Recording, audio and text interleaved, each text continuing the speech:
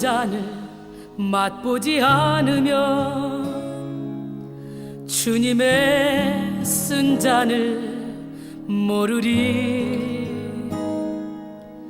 주님의 괴로움 당하지 않으면 주님의 고통을 모르리. 주님의 십자가 져보지 않으면 주님의 죽으심 모르리. 주님의 쓴 자는 내 것이요 주님의 괴로움 내 것이며 주님의 십자가 내 보물이라. 또한 그의 부활 내 영광이라.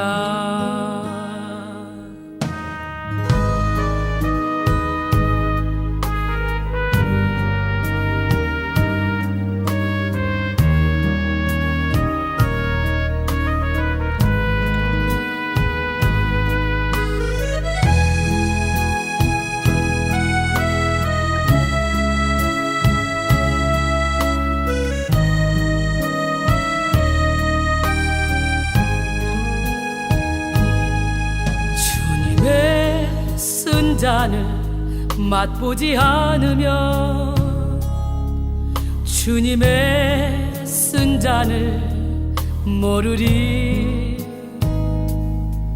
주님의 괴로움 당하지 않으면 주님의 고통을 모르리. 주님의 십자가 져보지 않으면 주님의 죽으심 모르리. 주님의 쓴 자는 내 것이요 주님의 괴로움 내 것이며 주님의 십자가 내 보물이라. 또한 그의 부활 내 영광이라. 우리 하나님은 살아계신데 이렇게 말씀을 듣던 중에 여러분 속에 있는 조상 귀신, 이 환상 가운데 눈에 보이는 거는 내 속에 악한 것이 나가면서 위협하는 거예요. 그때 예수 이름으로 내보내는 돼. 근데 그때 두려워하거나 아니면 이게 의심을 하면 그것이 다시 들어와요. 그래서 대체적으로 내가 지금 영성 훈련 받는 중에 보이는 환상은 80~90%는 내 거예요. 다른 사람에게 또 투영시켜 나가기도 해요. 그래서 이 사단이는 이간질하는 영이거든요. 내 안에 있는 구렁이가 내가 누구를 놓고 기도했더니 그 사람 몸을 막 칭칭 감고 있어요. 그러면 이제 영적으로 깊이 모르는 사람은 내가 기도했더니 너 구렁이가 똘똘 말고 있더라, 이렇게 예언을 하죠. 지금 이렇게 눈 뜨고 기도원 원장하는 은사자들이 그 짓 하고 있어요.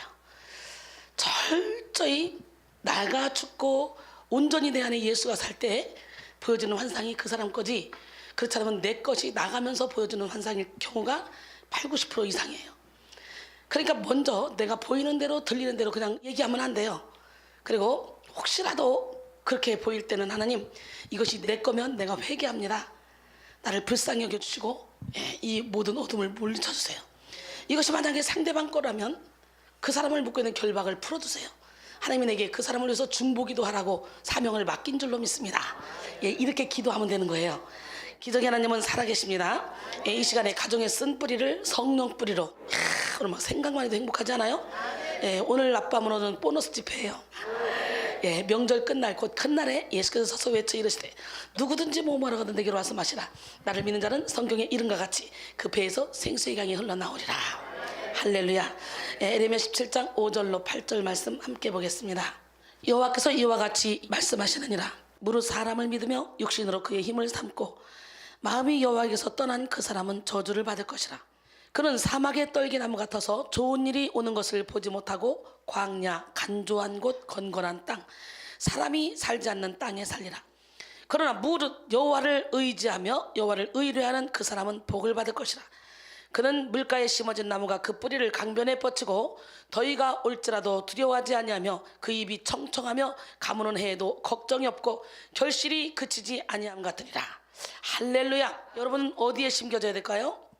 오늘 나는 여러분 모두가 다 여호와의 성전에 심겨지고 신학교에 심겨지고, 아멘? 샘 곁에 심겨지고 요셉처럼. 그래서 여러분 모두가 다 축복의 통로가 되길 원합니다. 예, 제가 축복의 통로 아닙니까?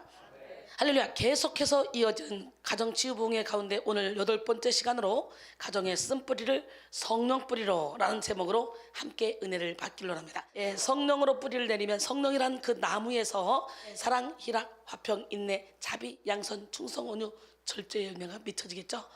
예, 한 분이죠. 한 분. 성부, 성자, 성령 한 분. 그 한 분 삼위일체 하나님의 그 영으로 말미암아 우리는 날마다 예, 열매 맺는 삶을 살게 돼요. 오늘 이 시간에 지혜의 은사, 지식의 은사, 믿음의 은사, 신유의 은사, 능력 행함의 은사, 예언함의 은사, 영들 분별함의 은사, 각종 방언 말함의 은사, 방언들 통역함의 은사를 다 받으셔서 하나님의 동력자로 멋지고 아름답게 존귀하게 쓰임받는 기적의 주인공이 되기를 원합니다. 할렐루야. 예, 웃지무라 간조는 가정은 지상의 낙원이다. 이것이 없으면 그는 이미 지옥에 있는 자다라고 말했어요. 우리는 모두 다 가정이 있죠. 예, 그런데 가정은 지상의 낙원이라는 거예요. 이것이 없으면 지옥에 있는 거나 마찬가지라는 거예요. 또 가정은 행복을 가져다 주는 곳이지 행복을 캐내는 곳이 아니다. 얻기 위해 이루어진 가정은 반드시 무너지고 주기 위해 이루어진 가정은 행복하게 된다라고 말했습니다. 내 남편이, 내 아내가, 내 부모가, 내 자녀가 자꾸만 상대방이 얻기를 원해 무너진다는 거예요. 그런데 예, 주기를 원하는 그런 가정은 행복해진다는 거예요. 저와 여러분은 주기를 원하는 가정, 서로가 베풀며 나누며 가족끼리도 굳은 일은 내가 할게 하면서 행복한 가정을 이루는 기적의 주인공이 되길 원해요. 잠언 11장 24절 25절까지 보니까 흩어 구자해도 더욱 부하게 되는 일이 있나니 과도히 아껴도 가난하게 될 뿐이라. 할렐루야. 예, 구제를 좋아하는 자는 풍족하여질 것이요 남을 윤택하게 하는 자는 자기도 윤택하여지리라 그랬어요. 플라톤은 가정을 다스리지 못하는 자는 나라를 다스릴 수 없다라고 말했습니다. 러스킨은 가정은 평화의 장소이다. 위험에서뿐만 아니라 두려움, 의심, 분열에서 피할 수 있는 유일한 안식처이다 라고 말했습니다. 세익스피어는 가정을 지키는 젊은이는 언제나 지혜를 갖는다 그랬어요. 할렐루야. 여러분, 이처럼 가정은 인간의 삶에 있어서 행복의 근원지가 되며 지혜와 힘의 원동력이 되는 것입니다. 따라서 건강한 가정을 이루는 것은 어떤 것보다도 중요한 일이라는 것을 우리는 가정치유부흥회를 통해서 계속해서 깨닫고 있죠. 오늘 설교 제목과 같이 여러분 모두가 다 가정의 쓴뿌리를 제거하고 성령의 뿌리로, 할렐루야. 예, 그래서 계속적으로 열매 맺는 그런 가정, 천국 가정이 되기를 원합니다. 예, 미국 샌프란시스코의 금문교는 본래 레드우드라는 2000년 된 나무의 뿌리에서 지혜를 얻고 설계되었다고 합니다. 저는 이 레드우드 나무, 예, 세코이아 나무, 예, 세계에서 가장 큰 나무, 예, 이런 것을 세코이아 팍에 가서 예, 다 봤어요. 정말 기가 막혀요. 이렇게 아름드리로 몇 명? 18명, 20명이 둘러야 한 나무를 둘릴 수 있을 정도로 그렇게 큰 나무, 뭐 2700년, 3000년, 3200년 된 예수님보다 훨씬 더 먼저 태어난 나무들이 많더라고. 많은 관광객들이 그 나무 앞에 와서 기도하더라고요. 그 내가 어머머 저 나무를 우상 삼는구나. 어머 어떡하냐. 제가 ESP 그랬어요. 예, 그러면서 나무를 구경했는데, 예, 그렇게 나무를 우상 삼고 그러면요, 그 나무를 묶고 있는 이 신들이 또 달라붙어 버려요. 사람들은 아무 생각 없이 그냥 세상을 살아가는데 우리는 어디를 가든지 무엇을 하든지 항상 보혈의 피로 깨끗이 씻고 가야 돼요. 기적의 하나님은 살아계셔요. 그 하나님은 이 시간에도 불꽃 같은 눈동자로 여러분을 지켜보고 계시면서 나는 할 수 없어요. 나는 아무것도 아니요. 그런데 우리 주님은 나를 통해 무궁무진한 일을 행하시고 놀라운 일을 행하시고 정말 내게 능력 주시는 자 안에서 나는 모든 것을 할 수 있다는 그 고백을 할 수 있게 만들어 주십니다.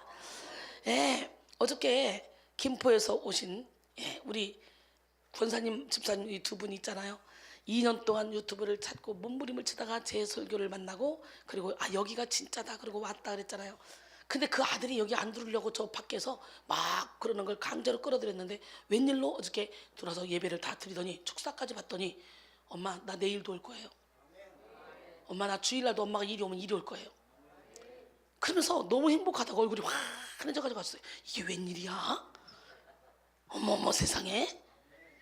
그러니까 또 그 옆에 있는 또 우리 집사님 아들이 또 고2인데 걔도 지 엄마가 오늘 어디 친척집에 간대요. 그러니까 엄마 나는 이리 올 거야. 그러면서 2번 왔는데 축사 1번 받았는데 너무너무 몸이 가볍고 즐겁고 행복하다는 거예요. 이게 웬일이니? 이렇게 한 가정 한 가정 자녀들이 절대로 말을 안 듣고 우울증기가 있어도 본인들은 우울증이 아니라고 그래. 예, 그런데 그 자녀들이 지금 와서 1번, 2번의 예배를 통해 쫙쫙쫙 어둠의 옷을 벗어버리고 밝게 바뀌잖아. 왠 줄 알아? 어른들은 가시게 옷을 하도 많이 입어서 떼뱉기가 힘든데 어린아이들은 순수해서 금방금방 벗겨져. 그래서 우리 이 집 주변에는 우울증 환자들이 원룸으로 더 가지고 다 살고 있어서 이 집세가 확 올라갔어요. 엄청난 가정들이 몇십 가정이 와 있는 것 같아요 지금요. 예, 다 멀리서 우울증 고치려고. 그래서 와서 집중해서 예배드리면서 예, 막 좋아지고 있는데 이 가정의 결박들이 꽉 무너지면서 지금 막 가정들이 회복되는 게 눈에 보입니까? 너무너무 신기한 일이네. 놀라운 일이네. 나는 아무것도 아닌데 나를 통해 일하신 하나님이 이렇게 멋쟁이란 말이에요. 가정의 쓴뿌리를 성령 뿌리로 바꾸는 이 시간 여러분 모두가 다 기적의 주인공이 되기를 원합니다. 이렇게 금문교회는 레드우드라는 2000년 된 나무 뿌리에서 지혜를 얻었다고 하는데요. 여러분 금문교회 가봤어? 샌프란시스코? 정말 아름답습니다. 기가 막혀요. 예, 저는 변호사, 우리 이명미 전도사 신랑이 변호사잖아. 그 변호사가 2박 3일 샌프란시스코와 그쪽으로 또 여행해주고 그리고 또 이번에는 또 우리 요세미티 예, 그쪽으로 또 2박 3일 여행해주고 한 번 여행하면 500~600만 원이 깨져요. 우리가 많이 가니까 이번에 요세미티 간데 아주 숙소를 하루에 180만 원짜리 1,500불이니까 180만 원짜리 이틀 거기서 자고 그리고 먹고 그러니까 뭐 돈이 500~600만 원, 600~700만 원 그냥 깨지죠. 근데 그걸 우리 변호사님이 다 감당을 해. 그 변호사님이 은혜가 있냐? 은혜가 별로 없어. 예, 각시가 미쳐가지고 지금 저를 통해 은혜 받고 뒤집어져서 아주사 대학원 올해 졸업반이에요. 아주사 대학원의 학생 회장이에요. 이 사람이 아나운서 출신이고 스튜어디스 출신이에요. 그런데 영적인 전쟁이 너무 심하게 들어가서 정말 제가 아니면 결박을 풀 수 없을 정도로 심각한 영적인 환자였는데 고침받고 이렇게 멋진 작품이 됐어요. 그러다 보니까 얼마나 잘 섬기는지 몰라요. 그 신랑이 각시를 좋아하니까. 여러분 각시가 이쁘면 저같이 기둥 보고도 절한다 하잖아. 자기는 믿음이 별로 없는데 각시 때문에 여기 와서 한 번씩 앉아서 은혜 받고 가요. 그러면서 축사 받을 때는 슬금슬금 도망가죠. 그러나 어쨌든 은혜가 들어갔으니까 나를 좋아하겠지. 그러니까 그 많은 돈을 들여서 갈 때마다 날 여행시켜주겠지. 이번에도 또 여행 2박 3일 잡아놨다고 해요. 우리 하나님은 살아계신데 나는 아무것도 할 수 없는데요. 나는 아무것도 없는데요. 나는 모든 것을 다 가진 자처럼 많은 사람을 부욕해 하는 그런 능력 있는 삶을 살고 있습니다. 여러분 모두가 다 많은 사람을 부욕해 하는 기적의 주인공이 되기를 원합니다. 이 레드우드 나무는요 3가지의 특성을 가지고 있는데요. 첫째, 다른 나무보다 땅속 깊은 곳까지 뿌리를 내리고 있었습니다. 둘째, 잔뿌리가 무척 많았으며 그 잔뿌리가 습기 있는 곳으로 찾아 들어가서 물을 계속적으로 공급해 주었습니다. 또 자갈과 박토를 피해서 꼬불꼬불하지만 물이 있는 먼 데까지 뻗어 있었다는 거예요. 잔뿌리가. 셋째, 뿌리가 큰 바위를 감고 있어서 폭풍이 불어 나무가 흔들릴 때에도 반석을 휘감은 그런 뿌리 때문에 나무가 쓰러지지 않았다는 것이죠. 금문교를 시공한 사람 역시 반석이 나올 때까지 깊이 파고 들어가 그 위에 교각의 지주를 세우고 서로를 연결하여 다리를 건설하였다고 합니다. 겉모양이 아무리 보기 좋다 해도 주춧돌이 없다면 곧 무너집니다. 바로 여기 보이지 않지만 인생의 반석이 되시는 예수 그리스도 그 주님이 지금 저와 여러분과 함께 계십니다. 그분만이 우리의 인생을 단단하게 받쳐주시고 뿌리 내리게 해주십니다. 우리에게 생명을 공급하시는 생명나무 되시는 예수 그리스도께 나아가서 뿌리를 내립시다. 골로새 2장 6절로 7절 그러므로 너희가 그리스도 예수를 주로 받았으니 그 안에서 행하되 그 안에 뿌리를 박으며 세움을 받아 교훈을 받은 대로 믿음에 굳게 서서 감사함을 넘치게 하라. 뿌리는 모든 존재의 근원입니다. 뿌리는 존재를 지탱하고 존재를 성장하게 하며 존재를 통한 열매를 결정합니다. 그래서 뿌리는 모든 것을 결정하는데요. 건강한 뿌리는 건강한 열매를 맺게 하고 병약한 뿌리는 병약한 열매를 맺게 하죠. 또 선한 뿌리는 선한 열매를 맺게 하고 악한 뿌리는 악한 열매를 맺게 합니다. 뿌리가 어떤가에 따라서 열매가 결정되는 것이죠. 대체적으로 우울증 걸리고 굉장히 심각한 환자들을 보면 꼭 뿌리를 찾아 들어가면 부부간에 부모들이 화목하지 못하고 시시때때로 이혼한다 그러면서 술 먹고 와서 때리고 그러면서 자녀들에게 공포를 조성했기 때문에 어린 자녀들이 어려서부터 그걸 보고 자라다가 자기도 모르게 누르다가 이게 폭발해서 우울증이 오는 겁니다. 그래서 가정생활이 좋아야 돼요. 여기서 훈련받으면 행복한 가정으로 자녀들에게 상처 주지 않고 잘 키울 것 같지 않습니까? 우리 아들이요 드디어 큰 오페라 공연을 했어요. 주인공으로. 그래가지고 사진을 보내고 그 포스터를 보내고 막 이랬는데 가족톡에 보내니까 우리 신랑이 아들아 대단하다. 우리 아들 잘 챙겨 먹고 너무 몸 무리하지 말고 우리 아들 정말 자랑스럽다. 우리 신랑이 아들한테 그렇게 부드러운 말을 쓴 걸 보면서 내가 아주 기쁘더라고요. 이렇게 여러분 모두가 다 이게 격려하는 말, 사랑하는 말. 저는 바빠서 문자를 그 밑에다 못 넣었어요 지금. 이제 끝나고 가서 넣어야지.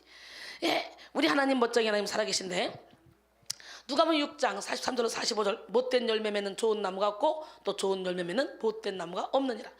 나무는 각각 그 열매로 하나니 가시나무에서 무화과를 또는 찔레에서 포도를 따지 못하느니라.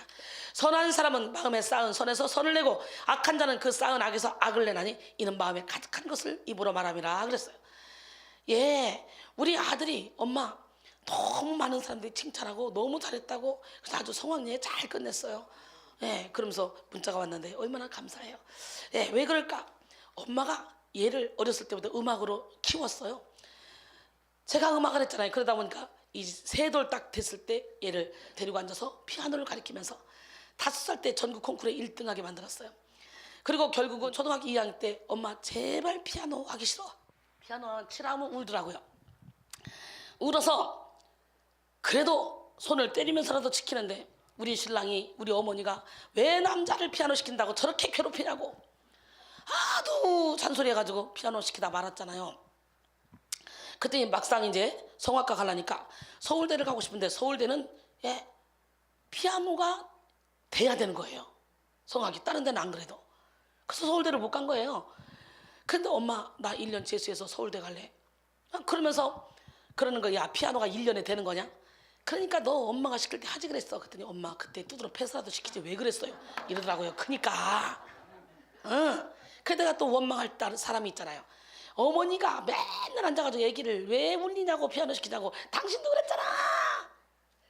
그래가지고 나한테 그 부분에 대해서는 꼼짝을 못합니다. 우리 하나님은 살아계신데 어쨌든 그 뿌리가 음악의 뿌리가 엄마를 통해 가다 보니까 이 아들이 그 음악을 결국은 전공하게 됐고 그쪽으로 1인자가 돼서 베르디 국립음악원에서 수석이고 그리고 참 멋지게 지금 오페라리아 주인공으로 멋지게 지금 활약하고 있어요. 참 멋지게 잘 커가고 있네요. 여러분 훌륭한 정원사는요 나무의 외관만 보지 않습니다. 나무의 뿌리병을 볼 줄 알죠. 제 아무리 풍성한 잎사귀가 있고 견실한 줄기를 자랑하는 나무라 할지라도 병들면 얼마 가지 않고 쓰러지게 됩니다. 뿌리를 치료받아야 본질적인 치료, 근본적인 치료가 가능한데요. 뿌리가 건강해지면 저절로 병들었던 줄기, 가지, 잎사귀들이 회복받게 됩니다. 우리 영혼도 마찬가지예요. 여러분의 영혼의 쓴뿌리를 제거하고 성령 뿌리가 딱 심겨지면 저절로 열매 맺게 돼. 내가 열매 맺어야지 신경 쓸 필요 없어요. 저절로 가, 저절로. 그래서 사랑은 율법의 완성이라 그랬잖아요. 여러분 하나님은 우리를 치료하실 때 우리의 영혼의 뿌리를 치료하십니다. 사람의 뿌리는 어디냐? 가정으로부터 시작돼요. 결국은 원죄로부터 시작된 것이 결국은 조상 대대로 내려와서 가정으로 시작되는 거죠. 가정은 한 사람의 생명이 탄생되는 발원지이고 영혼육의 전인 형성에 절대적인 영향을 미치는 공간입니다. 사람은 엄마의 뱃속에서 있을 때부터 부모의 유전자, 생활습관, 언어, 행동 등의 영향을 고스란히 받으며 성장합니다. 태어난 이후에는 더욱더 직접적으로 가정의 영향을 받으며 성장하는데요. 좋은 것도 영향을 받지만 좋지 않은 것도 영향을 받으면서 가정의 영적 분위기까지 고스란히 전달받습니다. 부모의 마음의 병, 영혼의 병까지 자녀들에게 그대로 전달되는데 여러분, 콩 심으면 콩 나고 팥 심으면 팍 나듯이 행복한 가정은 행복한 사람을 만들고 불행한 가정은 불행한 사람을 만들어요. 어두운 가정은 어두운 사람을 만들어요. 그러므로 우리는 인생의 뿌리인 가정을 치료받아야 돼요. 나는 부부가 행복한데 우리 자녀는 왜 행복하지 않을까? 이런 사람들도 있을 거예요. 결국은 그 조상으로 올라가 뿌리를 찾아보면 나와요. 근거 없는 게 없어요. 가정의 뿌리는 가정 전반에 흐르는 영입니다. 보이는 가정의 모습은 보이지 않는 가정의 영에 의해서 결정됩니다. 가족들을 감싸고 있는 영적 분위기가 가정의 뿌리입니다. 가정의 뿌리인 가정을 휘감고 있는 영이 어두우면 가족들이 원인을 알 수 없는 어둡고 침침한 그런 감정에 휘둘리고 질병에 휘둘리죠. 분노, 원망, 비난, 정죄, 두려움, 외로움, 우울, 절망, 허무 등의 이 어두운 마음에 짓눌리고 어두운 언어와 악한 행동으로 이어지게 됩니다. 또 각종 중독, 부도덕, 그리고 범죄 등의 어두운 길로 치닫기 쉽죠. 뿐만 아니라 하는 일마다 잘 되지 않고 자꾸만 여기저기서 일이 막히고 실패만 줄달아 이어지게 쉽죠. 가정 배후의 역사는 이 어둠의 영이 가정의 실패와 죽음의 길로 끌고 가기 때문이에요. 그래서 요한복음 10장 10절에 도둑이 오는 건 도둑질하고 죽이고 멸망시키려는 것뿐이요 내가 온 것은 양으로 생명을 얻되 더 풍성히 얻게 하려니라. 할렐루야. 쓴뿌리는 악령의 열매를 맺습니다. 가정의 쓴뿌리가 지독하고 깊이 내려있으면 그 가정에는 악령의 열매가 맺힐 수밖에 없습니다. 당연히 사랑해야 될 자녀를 미워하고 섬겨야 될 부모를 증오하며 의지해야 될 형제 자매끼리 경쟁하며 대적하는 일이 일어납니다. 뛰어난 미모로 세계를 사로잡은 헐리우드 여배우 브룩실즈는 극심한 산후 우울증으로 자살 직전까지 갔던 경험을 고백한 적이 있습니다. 그녀는 나는 중독자 가정에서 성장했습니다. 내 어머니는 급성 알코올 중독자였고 내 피에도 그런 기질이 흐른다는 것을 알기에 나는 절대로 거기에 굴복하지 않겠다고 다짐했습니다. 이렇게 말했습니다. 브룩실즈는 2001년 방송작가 겸 제작가인 크리스 헨치와 결혼했고요. 7번의 체외 수정을 시도한 끝에 2003년에 첫 딸 로안을 낳았습니다. 하지만 쉴즈에게 출산은 기쁨이 아니었습니다. 브룩실즈는 건강하고 예쁜 딸을 낳았지만 아기의 얼굴조차 제대로 볼 수 없었어요. 라며 산후 우울증에 대해서 말하고 있습니다. 아기를 안을 수도 자장가를 불러줄 수도 없었다는 거예요. 우울증 때문에. 웃을 수도 없었다는 거예요. 그렇게 어렵게 아기를 낳았는데도 내가 원한 건 오로지 죽어서 세상에서 사라지는 것이었습니다. 깊은 절망 속에서 난 존재해서는 안 돼. 내가 없는 편이 이 아기에게 훨씬 더 나을지도 몰라. 여기서 더 나아지지는 않을 거야. 이 우울증의 결박에서 풀려나지는 않을 거야. 차라리 그냥 죽어버리라고 마음먹었죠. 그러던 어느 날 브룩실즈는 자동차를 몰고 고속도로를 지나던 중에 극심한 자살 충동에 시달리게 됐다고 합니다. 실즈는 고속도로 벽을 향해 돌진하려는 마음을 가까스로 참으며 운전을 했습니다. 실즈는 승용차 뒷좌석에 아기가 있었지만 그것조차도 나를 화나게 했다. 아기가 나를 망치고 있다 생각했다 그래요. 벽으로 돌진하기를 바라던 순간 내 친구가 전화로 나를 진정시켰어요. 덕분에 안전하게 집으로 돌아올 수 있었습니다. 라고 고백했습니다. 이후 브룩실즈는 정신과 약물 치료를 받은 후 산후 우울증을 극복하고 2005년 자신의 경험을 책으로 펴냈다 그래요. 여러분, 작년 어버이날에 일어난 폐륜 살인 사건은 세상을 떠들썩하게 했습니다.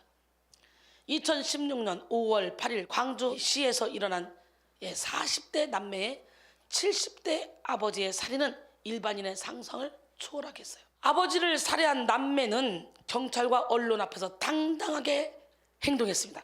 그들은 검거 후 떳떳한 시민으로서 신상을 감출 이유가 없다 이러며 취재진에게 얼굴을 높이 치켜들고 말을 했다 그래요. 그러면서 시종일관 아버지에 대한 분노와 증오를 드러냈습니다. 남매가 아버지와 갈등을 빚기 시작한 것은 1990년으로 거슬러 올라갑니다. 남매의 어머니가 교통사고를 당해 하반신 마비로 이어졌고 지체장애 1급 판정을 받았습니다. 나중에는 치매까지 앓았어요. 남매는 이때부터 아버지가 어머니를 제대로 돌보지 않았다고 진술합니다. 2011년 8월쯤 아버지가 어머니를 요양원에 보내자고 하자 남매는 격분했습니다. 이후 남매는 자신이 살던 오피스텔로 어머니를 모셔왔고 약 한 달간 치매와 교통사고 후유증을 앓던 어머니를 이렇게 모셔왔는데요. 어머니 간병 과정에서 딸은 아버지를 폭행죄로 고발했고 법원으로부터 접근 금지 명령을 받아내기도 했습니다. 그러다 그해 9월 어머니가 숨지자 아버지 없이 장례를 치러버렸고요. 그때부터 지금까지 5년 동안 왕래하지 않았다 그래요. 사실상 부모와 자식 관계가 단절된 상태로 지낸 거죠.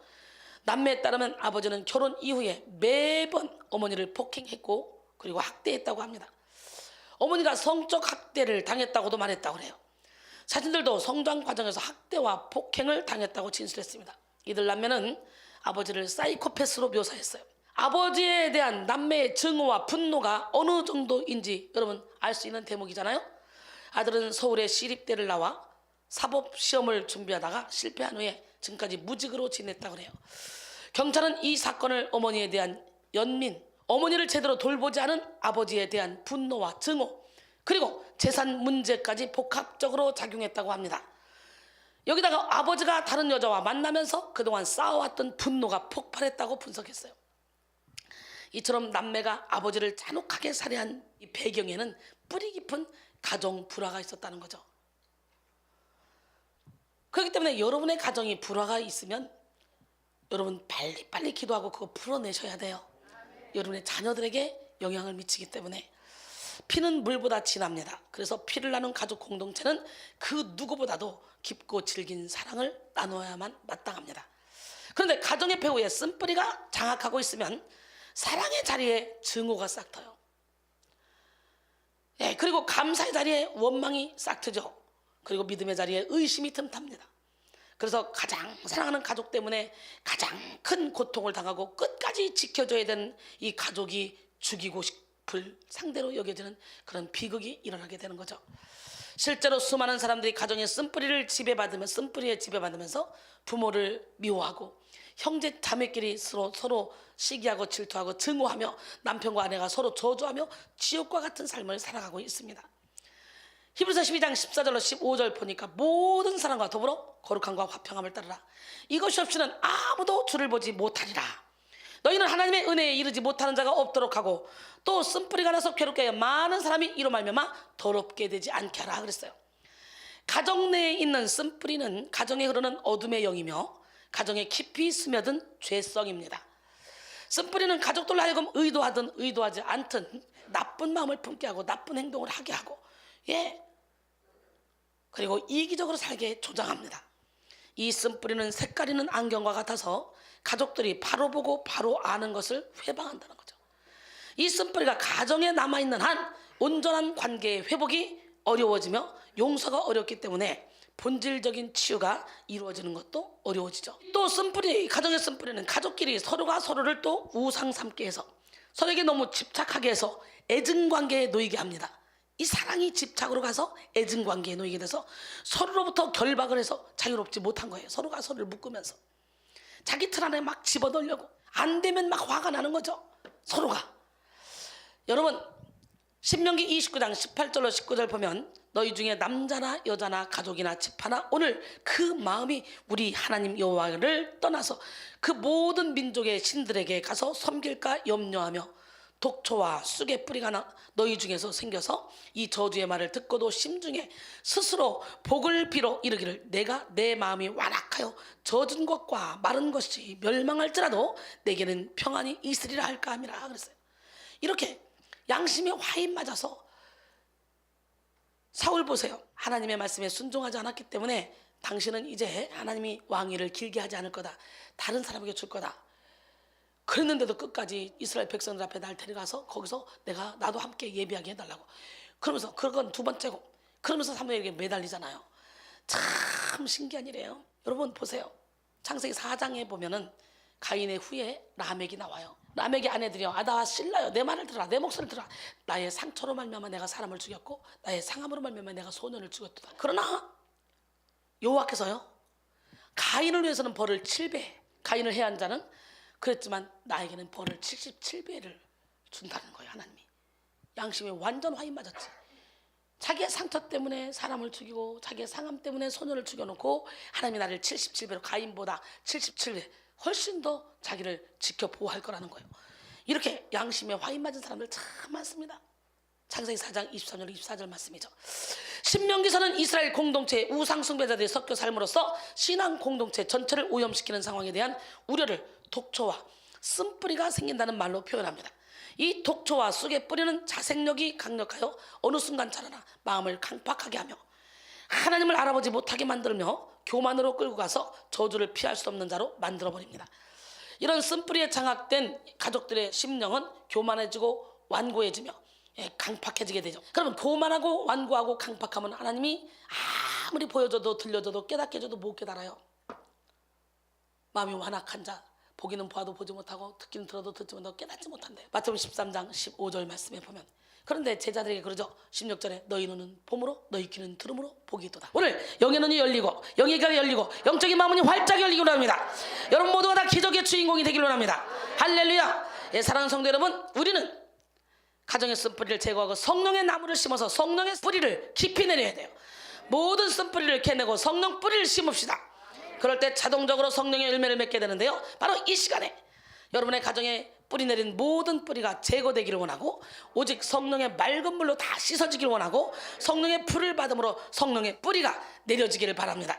에스겔 36장 25절로 27절, 맑은 물을 너희에게 뿌려서 너희로 정결하게 하되 곧 너희 모든 더러운 것에서와 모든 우상 숭배에서 너희를 정결하게 할 것이며 또 새 영을 너희 속에 두고 새 마음을 너희에게 주되 너희 육신에서 굳은 마음을 제거하고 부드러운 마음을 줄 것이며 또 내 영을 너희 속에 두어 너희로 내 율례를 행하게 하리니 너희가 내 규례를 지켜 행할지라. 오늘 하나님께서 맑은 물을 뿌려주시기만 하면 여러분 옛사람이 다 씻겨나가고 새 사람으로 거듭날 줄 믿습니다.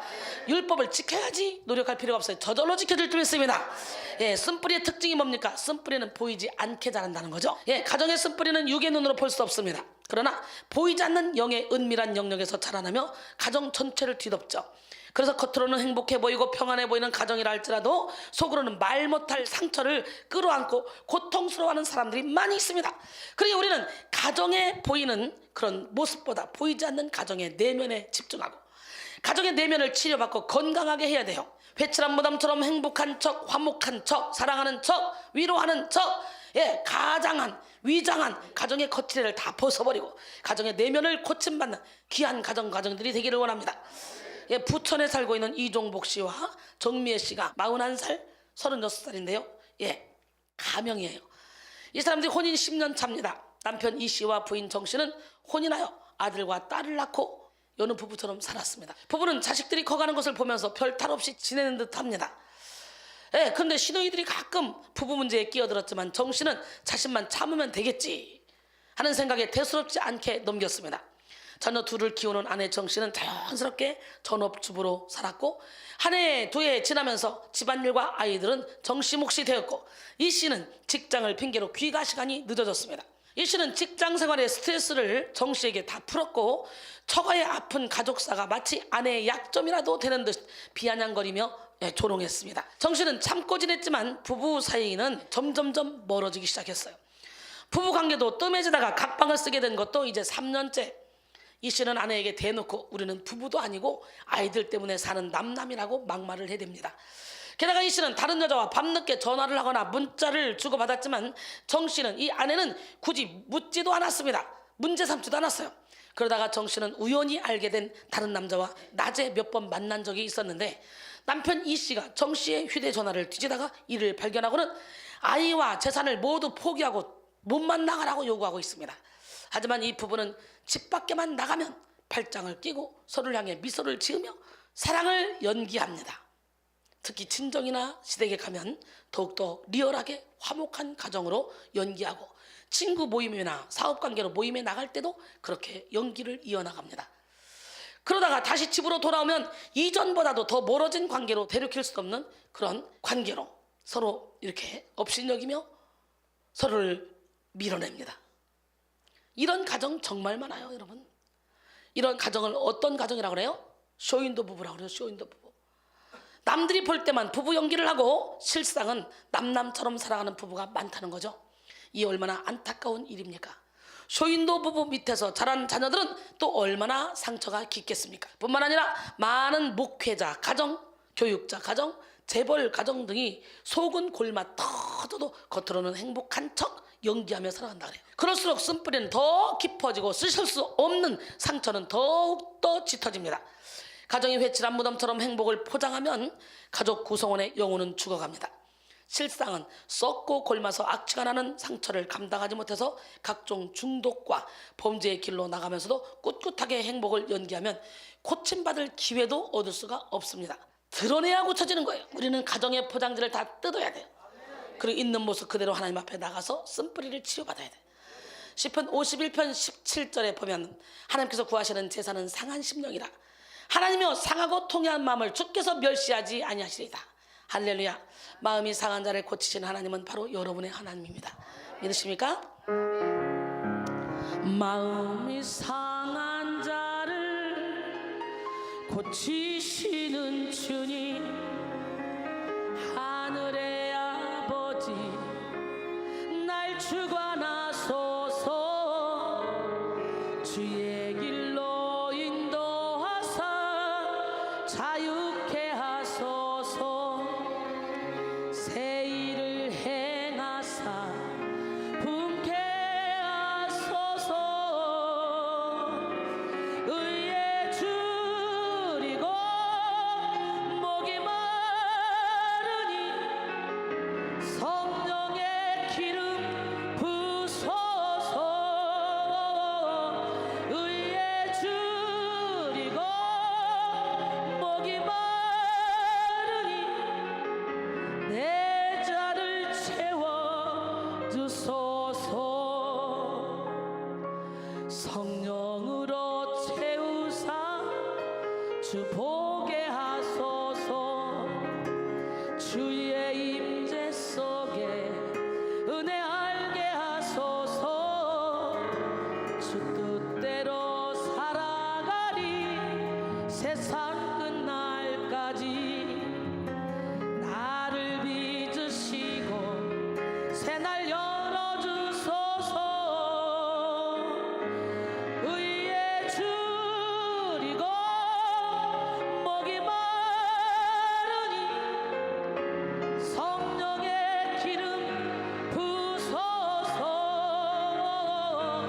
의에 줄이고 목이 마르니 내 자를 채워 주소서. 예, 가정의 쓴뿌리는 아주 오랜 시간을 두고 자라납니다. 그래서 여러분이 원죄를 해결받고 조상죄를 해결받지 못하면요, 원죄를 타고 들어온 것들이 계속 우리 안에 죄를 지게 하고 조상들이 육신의 장막집을 벗으면 그 안에 영들이 자손 대대로 내려가는 거예요. 그래서 출애굽기 20장 5절로 6절 보니까 말씀대로 살면 1000대까지 복을 받지만, 예, 그렇지 않으면 3, 4대까지 저주받는다 그랬잖아요. 근데 우리 조상치고요, 이 우상을 섬기지 않은 조상이 어디 있습니까? 옛날에는요, 이사 갈 때 손 봐야 돼요. 그죠? 결혼식 날도 손 없는 날. 예, 그래서 날짜 이사 가는 거, 결혼식 가는 거 하다못해 자동차를 사도 돼지머리 놓고 고사 지내고, 우리 얼마나 집 이사 가도 예, 돼지머리 놓고 고사 지내고 얼마나 미신을 섬겼습니까? 그것이 이상하게 보이지 않았어 옛날에는. 근데 지금 생각하면 진짜 징그럽고 이상한 일 아니에요? 말도 못하는, 듣지도 못하는 그런 귀신한테 그 뭐하는 짓이야 그게. 아이고, 그 돼지머리 있으면 나눠 먹어야 되겠다. 그냥 빵빵 눌러가지고.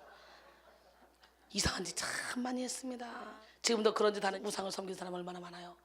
기독교는 공짜라 그러니까요, 사람들이, 예수 믿는 사람들이 별로 없어요. 오히려 절에 가면 돈 많은 사람 굵직굵직하게 거기 다 있어요. 기와장 하나 올리자, 뭐 하나 올리자, 기와장 하나에 1000만 원, 뭐 3000만 원, 뭐 이러면서 예, 그냥 전재산 다 갖다 줘. 그 사람들만 굵직굵직. 그래서 보면 이단들 아니면 예, 절이나 천주교 이런 데도 돈이 많잖아요. 기독교는 공짜라니까. 지지리 궁상으로 처음부터 없는 사람이 믿기 시작했잖아. 그러다 보니까 지지리 궁상이야 다. 여러분, 지지리 궁상하니까 부자가 안 되는 거야. 심는 대로 심는 종대로 심는 양대로 부자가 된다 그랬어. 하나님이 흩어 구제하라 그랬어요. 여러분의 모든 이론을 생각을 바꾸세요. 저 보세요. 나를 통째로 드렸어요. 시간, 물질, 노력만 아니라 나까지 통째로 드렸더니 하나님이 나의 모든 필요를 다 채워주십니다. 가정의 쓴뿌리는 하루아침에 만들어진 것이 아니라 조상 대대로 이어진 것입니다. 좀 더 본질적으로 말하면 태초의 인간이 아담과 하와의 범죄가 가정의 원죄가 되어 이후에 가정의 대물림이 되어 죄를 전가시킨 것이죠. 출애굽기 34장 6절로 7절 보니까 여호와께서 그의 앞으로 지나시며 선포하시되 여호와라 여호와라 자비롭고 은혜롭고 노하기를 더디하고 인자와 진실이 많은 하나님이라. 인자를 천대까지 베풀며 악과 과실과 죄를 용서하리라. 그러나 벌을 면제하지는 아니하고 아버지의 악행을 자손 3, 4대까지 보응하리라 그랬어요. 그러므로 현재 가정에 드러난 쓴뿌리는 빙산의 일각에 불과한 것입니다. 엄청난 세월 동안 누적된 가정의 쓴뿌리가 보이지 않는 가정의 깊고 깊은 은밀한 영역을 장악하고 있습니다. 특별히 우리나라는 기독교 역사가 짧아요. 불과 100년 전만 해도 우리나라 백성들은 대부분 우상을 섬기며 점을 치며 굿하고, 이걸 이상하게 생각하지 않았어요. 예, 이 집에서 굿하고 저 집에서 굿하고, 우리 집도 옛날에 굿 많이 했네. 예, 막 꽃갈 모자 쓰고 와가지고 막 굿하잖아, 무당들이 와서. 그렇게 우리나라 많은 가정들은 우상 숭배의 쓴뿌리가 깊고 무속신앙의 쓴뿌리가 아주 깊습니다. 게다가 우리나라는 짧은 시간 동안 경제적으로 급성장을 했죠. 그래서 정신 수준은 그에 미치지 못했어요. 그래서 물질 만능주의, 외모 지상주의, 예, 생명 경시 사상 등이 만연하게 됐습니다. 그래서 현대 사회는 분위기는 많은 사람들에게 포기와 절망을 심어주고 3포 세대를 넘어서 5포 세대, 7포 세대, 7포 세대를 양산하고 있어요. 현대 사회가 대대로 이어진 이 가정의 깊은 쓴뿌리가 더욱 급성장할 분위기를 조성하는 것이죠. 우리는 가정의 쓴뿌리가 엄청나게 오랜 기간 동안 가정의 깊은 깊숙한 곳까지 파고들었다는 사실을 직시함으로 인내하여 가정의 쓴뿌리를 뽑아내야 되는데요. 그 쓴뿌리는, 고목은 우리가 위에서 막 뽑으려고 해도 다 잔뿌리까지 안 뽑히죠. 아무리 뽑아도 결국은 또 나와요, 계속적으로. 그래서 그 고목은 어디서 빼면 저 나무 밑에 저 깊은 곳에서부터 막 생수가 터져 나오면 이 나무는 저절로 잔뿌리까지 다 뽑혀. 맞아 안 맞아? 예, 그런데 그런 역사가 어디서 일어난대? 이야, 우리 주님이 말씀하셨어요. 요한복음 7장 37절에서 39절, 명절 끝날 곧 큰 날에 예수께서 서서 외쳐 이르시되 누구든지 목마르거든 내게로 와서 마시라. 나를 믿는 자는 성경에 이른 것 같이 그 배에서 생수의 강이 흘러나오리라. 그러니까 예수를 제대로 믿기만 하면 우리 배에서 생수의 강이 흘러나와서 확 쓴뿌리가 제거되는 거예요. 예, 하늘에서 맑은 물이 뿌려져서 확 또 씻어지는 거예요. 예, 기적의 주인공이 됩시다. 막 생각만 해도 행복하지 않습니까? 예, 예수님이 배를 이야기한 것은 우리 영혼의 밀실을 가리키는 것인데요. 배는 네 배에서 생수의 강이 흘러나오리라 그랬는데 이 배는 영혼의 밀실을 가리켜. 즉 혼적인 수준이 아닌 영적인 수준을 다루시는 것이죠. 예수님이 말씀하시는 배는 여자의 몸으로 따지면 자궁의 위치라고 보는 거예요. 발생의 근원 태. 히브리어 라함은 긍휼, 사랑, 자비를 의미하는 단어인데 여성의 자궁을 의미하기도 하는 단어입니다. 예, 이 배가 히브리어로 라함인데, 여러분, 그러므로 우리는 생명을 잉태하는 엄마의 자궁과 같은, 예, 가정의 쓴뿌리를 제거받기 위해서 생수의 강이 터져 나오는 가정을 이루어야 돼. 여러분의 가정에서 생수의 강이 터져버리면 발생 근원터, 그 붙잡고 있는 이 어둠, 원죄로부터 시작해서 계속적으로 우리에게 뿌리내고 있는 어둠을 확 몰아낼 수가 있다는 거예요. 그 자리에 발생 근원터, 그 자리에 성령님을 주인으로 모셔야 돼. 그 왕좌에 예수님을 모셔야 돼. 할렐루야. 생수의 강이 터지면 그 어떤 깊고 끈질긴 쓴뿌리라도 완전히 뽑아내고 은혜와 능력으로 가득 채워지게 됩니다. 참 신기하죠. 이렇게 완고할 것 같은 그런 어르신들도 여기서 제 설교를 2-3번만 들으면 그냥 무너져. 딸 때문에 어쩔 수 없이 와서 앉아있다가 불 받아버렸어. 예, 참 여기는 신기한 곳 아니에요? 그러니까 사람들 그래, 목사님을 보고 애나 어른이나 넘어지지 않을 사람이 어디 있습니까? 다 넘어가지. 잠언 4장 23절 보니까 모든 지킬 망언 중에 더욱더 내 마음을 지키라. 생명의 근원이 이에서 남이라. 에레미야 17장 9절에 보니까 만물보다 거짓되고 심히 부패한 것은 마음이라. 누가 등이 이를 알려마는. 그랬어요. 이 안에 천국과 지옥이 있대요. 부패한 것과 생명의 근원이. 그래서 영성을 내는, 예, 부패한 것을 몰아내는 거예요. 그리고 이를 천국의 땅으로 바꾸는 거예요. 이 말씀처럼 배는 선과 악의 발생 근원 터입니다. 이는 태초에 아담과 하와의 범죄로부터 말미암았다고 볼 수 있습니다. 시편 51편 5절, 내가 죄악 중에서 출생하였으며 어머니가 죄 중에서 나를 잉태했나이다. 요한복음 8장 44절, 너희는 너희 아비 마귀에게서 났으니 너희 아비의 욕심대로 너희도 행하고자 하느니라. 그는 처음부터 살인한 자여 진리가 그 속에 없으므로 진리에 서지 못하고 거짓을 말할 때마다 제 것으로 말하느니 이는 그가 거짓말쟁이요 거짓의 아비가 되었습니다. 그랬어요. 이렇게 우리는 원죄로 인한 부패의 근원이 된 배를 가지고 있는 사람들이에요. 그래서 사도 바울은 유교계의 노예가 되어 있는 자의 모습을 말함에 있어서 저희의 신은 배다고 말하고 있죠. 예, 필립보 3장 19절에 보니까 그들의 마침은 멸망이요 그들의 신은 배요 그 영광은 그들의 부끄러움에 있고 땅의 일을 생각하는 자라 그랬어요. 로마서 16장 18절도 보니까 이 같은 자들은 우리 주 그리스도를 섬기지 아니하고 다만 자기들의 배만 섬기라니 교활한 말과 아첨하는 말로 순전한 자들의 마음을 미혹하느니라 그랬어요. 즉 하나님도 예수도 모르는 자의 생은 실제로 배만 위해서 사는 생활입니다. 그래서 주님은 주님의 말씀을 우리 배에 채우라고 그래요. 에스겔 3장 3절에 보니까 내게 이르시되 인자야 내가 내게 주는 이 두루마리를 내 배에 넣으며 내 창자에 채우라 하시기에 내가 먹으니 그것이 내 입에서 달기가 꿀 같더라. 말씀을 먹으래요. 근데요 요한복음 6장에도 보면 나는 살아있는 떡이래. 생명의 떡이라. 나는 참된 음료다.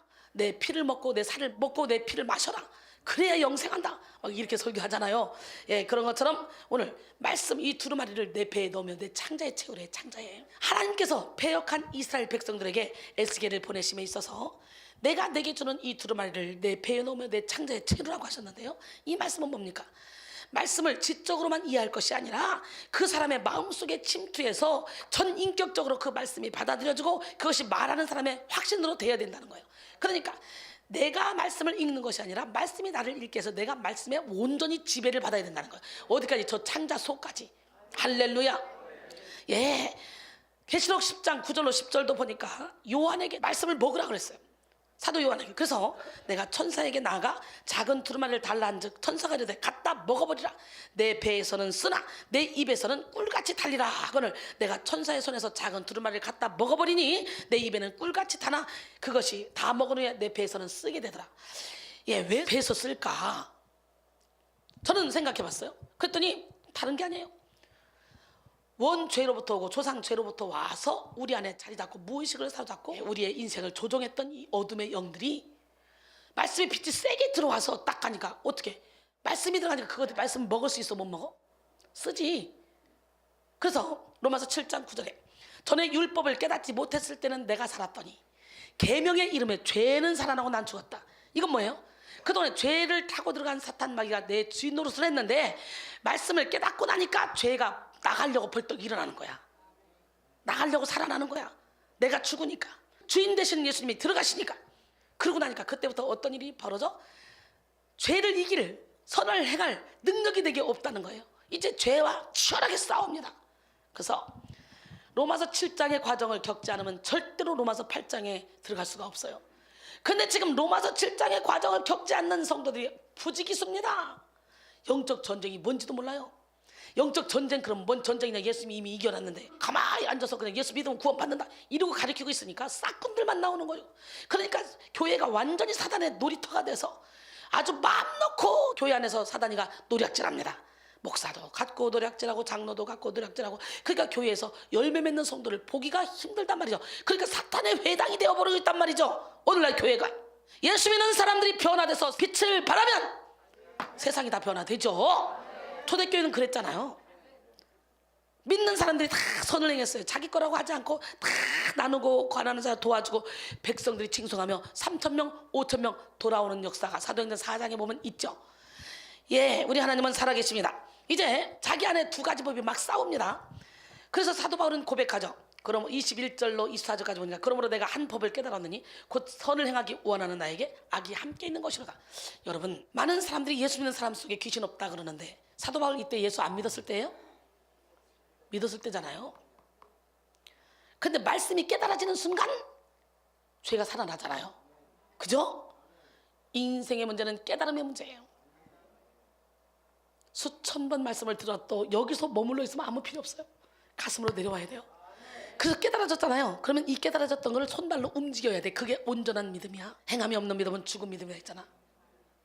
야고보서 2장 26절에 보니까. 그래서 사도 바울이 이제 말씀의 빛을 깨닫고 나서 죄가 살아나면서 그때부터 두 가지 법이 자기 안에서 막 싸우는 걸 보는 거예요.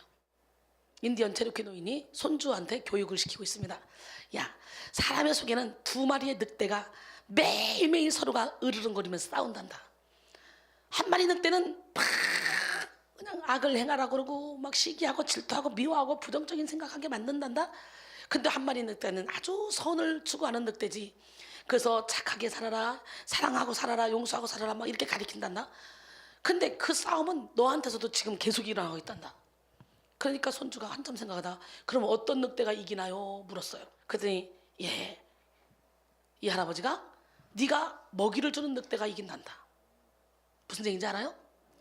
우리는 우리의 지체를 불의의 무기로 죄에게 내주지 말고 우리의 지체를 의의 무기로 하나님께 드려야 돼. 로마서 6장 13절로 14절 말씀이에요. 그렇기 때문에 우리 안에서는 지금도 전쟁이 수도 없이 일어나.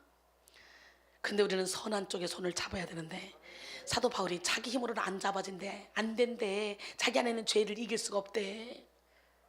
그러면서 탄식하고 있어. 우리는 이 탄식하는 시간을 지나야 돼. 그래야 로마서 8장 가서 시작. 8장 1절 2절 시작. 그러므로 이제 그리스도 예수 안에 있는 자에게는 결코 정죄함이 없나니 이는 그리스도 예수 안에 있는 생명의 성령의 법이 죄와 사망의 법에서 너를 해방했기 때문에. 믿으십니까? 지금 보면 어떻게 탄식을 하고 있냐. 그러므로 내가 한 법을 깨달았느니 자기가 원하는 걸 하지 않고 자꾸 원하지 않는 것을 한다는 거예요. 그러므로 내가 한 법을 깨달았느니 곧 선을 행하기 원하는 나에게 악이 함께 있는 것이로다. 내 속사람으로는 하나님의 법을 즐거워하되 내 지체 속에서 한 다른 법이 내 마음의 법과 싸워 내 지체 속에 있는 죄의 법으로 나를 사로잡는 것을 보는도다.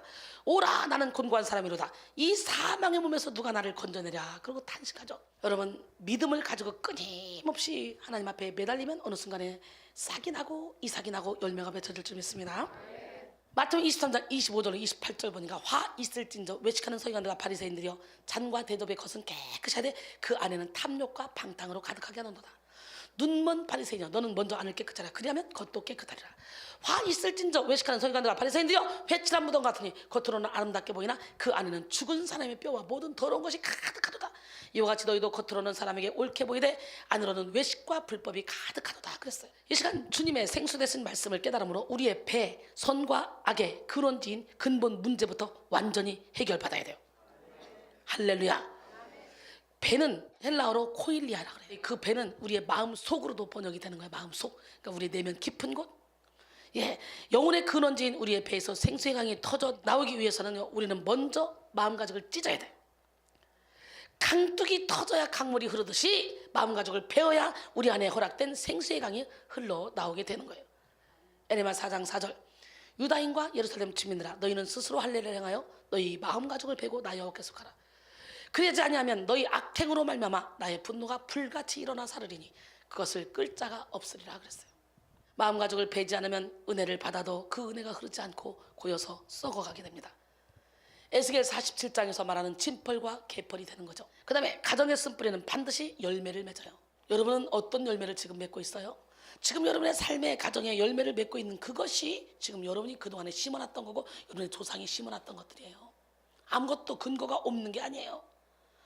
쓴뿌리의 특징은 쓴뿌리는 보이지 않는다. 쓴뿌리는 오랜 시간을 두고 자란다. 그리고 쓴뿌리는 반드시 열매를 맺는다. 우리는 예수님께 뿌리를 내려야 돼요. 쓴뿌리든 좋은 뿌리든 반드시 열매를 맺게 돼 있어요. 가정에 괴로움의 열매가 맺혔다면 그것은 가정 내에 쓴뿌리가 있다는 증거입니다. 가정 내에 있는 쓴뿌리는 반드시 악으로 표출될 수밖에 없습니다. 마음 7장 21절로 23절 속에서 곧 사람의 마음에서 나오는 악한 생각 곧 음란, 도둑질, 살인, 간음, 탐욕, 악독, 속임, 음탕, 질투, 비방, 교만, 음양 이 모든 것이 다 사람의 속에서 나서 사람을 더럽힌대요. 그러므로 우리는 가정의 쓴뿌리를 성령 뿌리로 고침받아야 돼. 에머토 마사로 씨는요 물은 답을 알고 있다라는 책을 썼잖아요. 물을 딱 컵에 담아놓고 여기다가 악마, 나쁜 놈 막 욕을 써놓으면 물이 막 파열된대요. 많이 지진이 일어났던 것처럼. 그런데 거기다가 사랑해, 예쁘다 막 이렇게 좋은 말 써놓으면요 물이요 육각수가 돼서 춤을 춘다네. 그러면 우리 몸이 70%가 물이잖아요. 그러면 우리 몸에다가 너 왜 이렇게 이쁘니? 그러면 이 물이 좀 죽었어 안 죽었어? 그러면 모든 세포가 살아나갔어 안 살아났어? 그럼 병이 고쳐지겠어 안 고쳐지겠어? 그럼 한번 해볼까? 시작. 내 몸에 물한테 너는 이렇게 이쁘니? 너는 정말 아름다워. 넌 세계에서 제일 멋있는 애야. 진짜 나는 너 생각만 해도 행복해 죽겠어. 어떻게 이쁘니? 해봐. 여러분의 몸에 70%가 막 춤을 추기 시작해. 그럼 저절로 병이 고쳐지지. 아니 이렇게 재밌는 예배가 세상에 어딨어? 하나님은 살아계십니다. 우리 하나님은 진짜 지금도 불꽃 같은 눈동자로 저와 여러분을 지켜보고 계십니다. 그러므로 우리는 가정의 쓴뿌리를 성령 뿌리로 고침받아야 돼요. 쓴뿌리를 치료하지 않고 그냥 두면 우리 가정에 괴로움이 찾아옵니다. 아무리 사업이 잘 되고 돈이 많고 육신적으로 건강하고 모든 일이 잘 풀린다 해도 여러분 마음속에 어릴 때부터 받은 그런 상처로 말미암은 쓴뿌리를 가슴에 지니고 살면 행복하지 못합니다.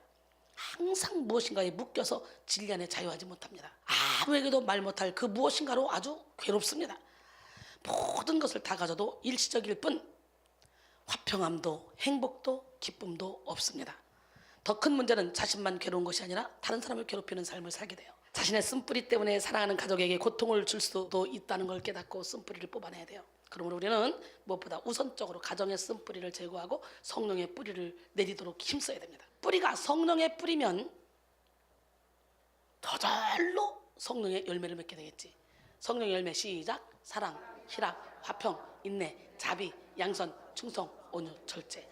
가정의 쓴뿌리를 제거하고 성령의 뿌리가 가정에 내려지면요 모든 것이 달라집니다. 성령의 뿌리는요 복을 빨아들이고 성령의 열매를 맺으며 형통의 잎사귀를 내고 기쁨의 꽃을 피웁니다. 할렐루야. 그로 사랑의 열매를 맺습니다. 시편 1편 1절로 3절 시작. 아주 복은 잘 알아요. 복 있는 사람은 악인들의 꾀를 따르지 아니하며 죄인들의 길에 서지 아니하며 오만한 자들의 자리에 앉지 아니하고 오직 여호와의 율법을 즐거워하여 그 율법을 주야로 묵상하는도다. 그는 시냇가에 심은 나무가 철을 따라 열매를 맺으며 그 잎사귀가 마르지 아니함 같으니 그가 하는 모든 일이 다 형통하리로다. 믿으십니까? 시냇가에 심긴 나무가 충만한 삶을 살고 사막에 심긴 나무가 건조한 삶을 살듯 가정은 어디에 뿌리를 내리고 어떤 뿌리를 가지고 있느냐에 따라서 달라지게 됩니다. 그래서 오늘 본문 속에서 에레미야 선자는 인생을 나무의 삶에 비유하고 있습니다. 그리고 사막의 떨기나무와 같은 그런 삶을 살아가는 사람과 물가에 심어진 나무와 같이 사는 사람의 삶을 대조하여 보여주고 있습니다. 에레미야 선지자의 말처럼 세상에는 사막의 떨기나무와 같이 사는 사람이 있고 물가에 심겨진 나무같이 사는 사람이 있습니다. 여러분은 어떤 삶을 살고 계십니까?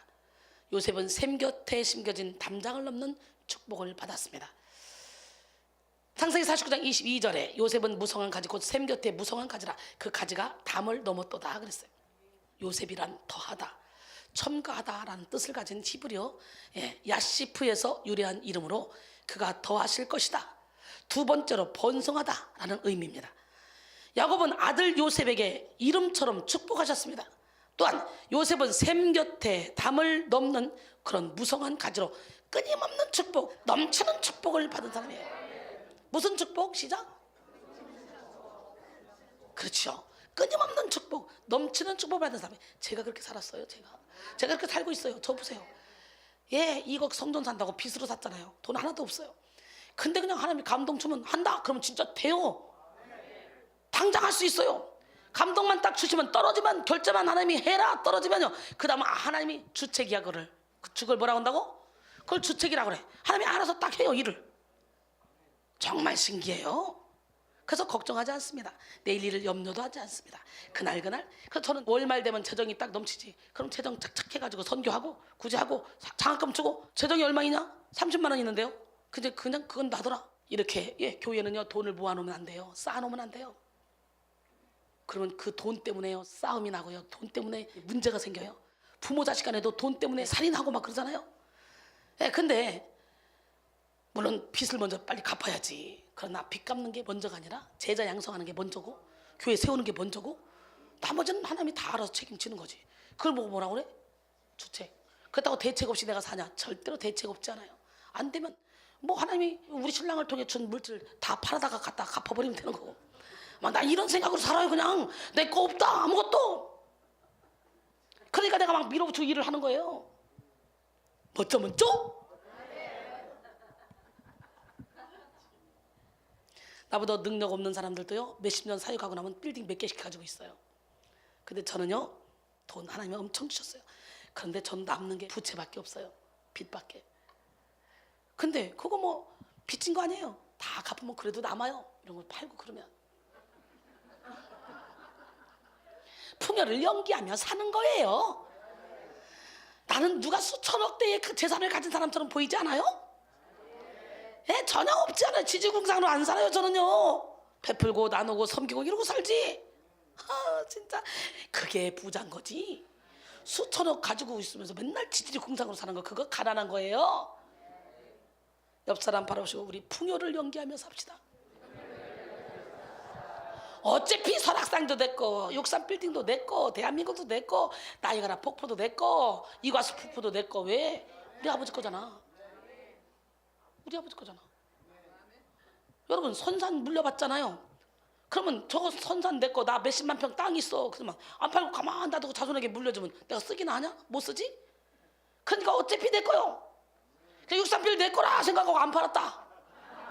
그러고 생각하면 사는 거야. 든든한 거야. 부자야. 맞아 안 맞아? 아니 참나, 거짓말이 아니야. 우리 아버지 거잖아 다. 그냥 나야가라 폭포 저거 내 거야 생각하고 그냥 편하게 살면 돼. 제가 폭포를 가지고 있는데 이런 조그만 폭포 가지고 까불어 이로 사는 거야. 진짜. 여러분 이제 아무것도 없어도 행복하게 살 수 있겠죠. 요셉은 무엇보다 성장과 번성의 복을 받았어요. 샘 곁에 있는 나무는 물이 많기에 무성합니다. 그 무성함이 극성하여 그 가지와 잎이 담장을 넘고 또 넘을 정도예요. 창세기 49장 25절에 내 아버지 하나님께로 말미암나니 그가 너를 도우실 것이요 전능자로 말미암나니 그가 내게 복을 주실 것이라. 위로 하늘의 복, 아래로 깊은 샘의 복과 젖먹이는 복과 태의 복이로다. 할렐루야.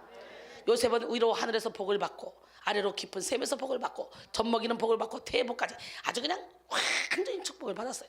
요셉이 거주했던 중동 지방은 물이 부족했기 때문에 위로 아래로 풍성히 물을 공급받는 축복은 최고의 축복이었어요. 이로 인해 요셉의 곡간에는 곡식이 가득했고 젖먹이는 복과 태의 복까지 받아서 자녀들에게도 요셉의 축복이 이어졌다는 거예요. 오늘 이 자리에 모인 여러분의 삶과 가정 위에 이런 축복이 임하기를 바랍니다. 그러니까 예수 믿는 사람은 가난하게 살아야 돼. 이거 생각 버려요. 그 생각 때문에 가난하게 사는 거예요. 어디 예수님이 가난하게 살라겠어? 정복하고 다시 살려야지.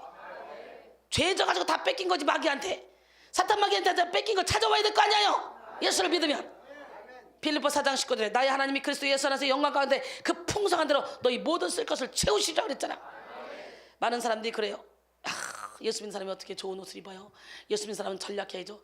그러니 예수 안 믿는 세상 사람들이요, 마귀 자녀들이 좋은 차 타고 좋은 옷 입고 좋은 거 먹고 그리고 기름지게 살잖아요. 이 땅에서. 그게 뭡니까? 그게 하나님의 자녀들은 지지 궁산처럼 거지처럼 살고 이게 하나님의 뜻입니까? 그럼 또 뭐라고 말해요? 아이고 예수님은 마구간에서 태어났고 인자는 머리 들 곳도 없다 그랬잖아. 우린 예수님처럼 살아야 돼. 또 이러지? 예수님이 마구간에서 태어난 것은 예수님은 온 인류를 품기 위해서, 지극히 가난한 자까지도 품기 위해서 거기서 태어나신 것이고, 예수님이 언제 머리 둘 것이 없어. 아버지도 있고 엄마도 있고 형도 있고 동생도 있고 가족도 있고 집도 있지 없어? 저처럼 복음 전하려고 오늘은 이곳으로 내일은 저곳으로 다니면서 아무 데나 주무시고 그렇잖아요. 그럼 사셨잖아. 그런데 예수님이 머리 둘 곳 없다. 그 본질적인 말은 뭐냐면 이 땅에는 예수님이 마음 둘 곳이 없다. 그 얘기야. 그 내가 그 얘기를 하길래 내가 웃으면서 나 화려해요? 나는 그저 저기서 여기 나오는 그 과정에만 끼고 걸고 입고 그러지, 딱 들어가면 무조건 잠옷이 돼 오시고 난 평상시에 로션도 안 바릅니다. 내가 화려해요? 하나님 앞에 아름답게 보이고 육적인 사람들의 마음을 사로잡기 위해서. 육적인 사람들은 눈에 보이는 걸 보거든요. 에휴 그렇지, 주의 종이 저렇게 지질 궁산이지. 원면전사가요, 서울신대에서 내가 집회한다니까 우리 조갑진 교수님이 오라 그러니까, 이순이라 그러니까, 선교사고 이순이라니까 아프리카에서 쪽지고 치마 저고리 입고 온 선교사가 너 선교해, 너 선교사야 이럴까봐 겁나가지고 못 오겠더래요. 근데 와봐, 너 후회하지 않을 거야. 그래서 왔더니 응? 저렇게 이쁘게도 할 수 있구나. 그래가지고 나도 주의종 될래. 그래가지고 오르간과에 다니면서 오르간으로 세계적인 지휘자가 되려고 유학 가려고 하다가 나도 지휘종 될래. 그래가지고 신대원 들어가서 이렇게 내년에는 이제 목사 연수 받잖아요. 그러니까 저를 보고 도전받아서 예쁘고 세련된 애들이 예쁘고 세련되게 행복하게도 목회할 수 있구나. 사명은 받았는데 주의종 되면 거지처럼 살아야 되니까 그게 싫어서 도망갔는데 저를 보고 막 달려옵니다. 그러니까 사람마다 쓰는 방법이 다 달라. 처음에 하나님 나를 쓸 때는요, 귀걸이 요만한 거, 머리 노란 머리, 그때는 여기서 10kg 빼야 돼. 근데 내가 이만한 통급 신고 딱 서봐. 죽이는 거지. 연예인이지. 잠깐만. 그러면 처음에는 주혜정이 어떻게 저렇게 노란 머리에 그런 모습으로 쳐다보지? 근데 10분 20분 듣다 보면 사람들이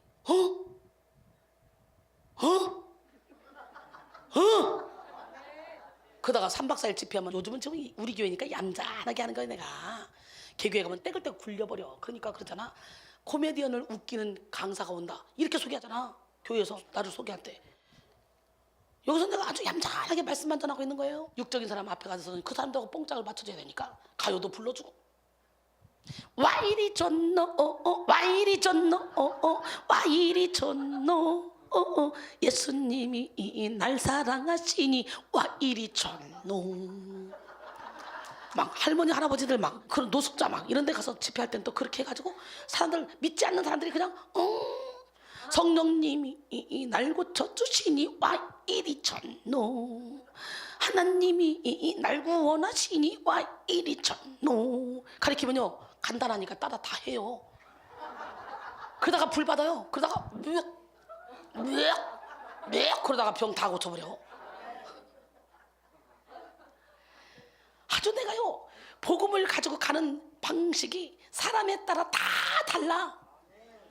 여기서도 지금 제가 설교하지만 그중에 누군가 하나를 딱 해서 딱 삼으면 그쪽으로 포커스를 딱 맞추고 설교 살짝 하면 금방 풀려버려.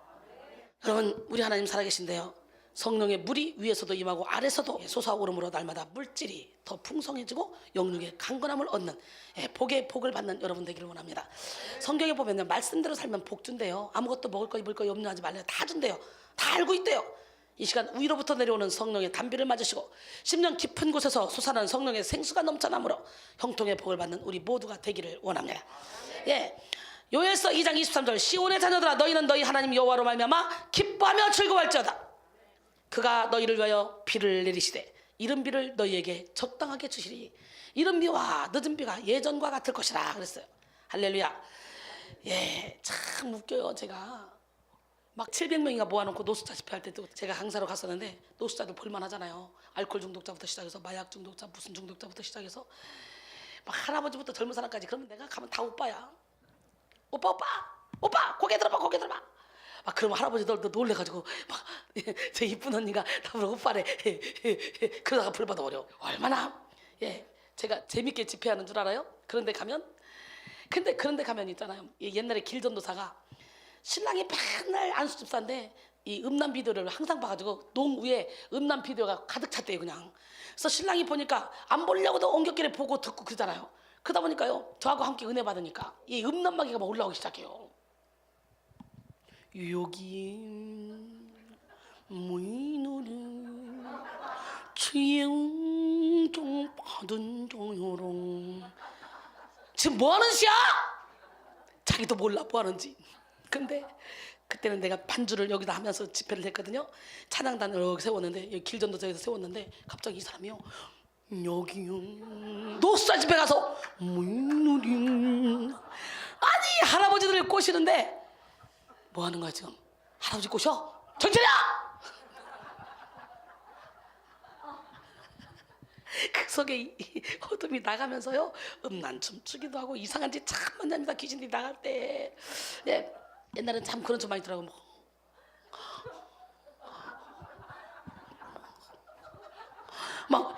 은혜 받았다고 그런 춤 그거 음란 춤이야.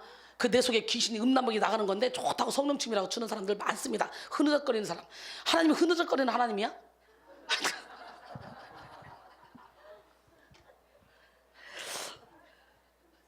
마찬가지로 세상에는 사막의 떨기나무와 같이 쓴뿌리를 낸 가정이 있고 물가에 심겨진 나무와 같이 성령 뿌리를 뻗은 가정이 있죠. 여러분은 어디에 심겨진 가정입니까? 여러분은 어디에 심겨진 나무입니까?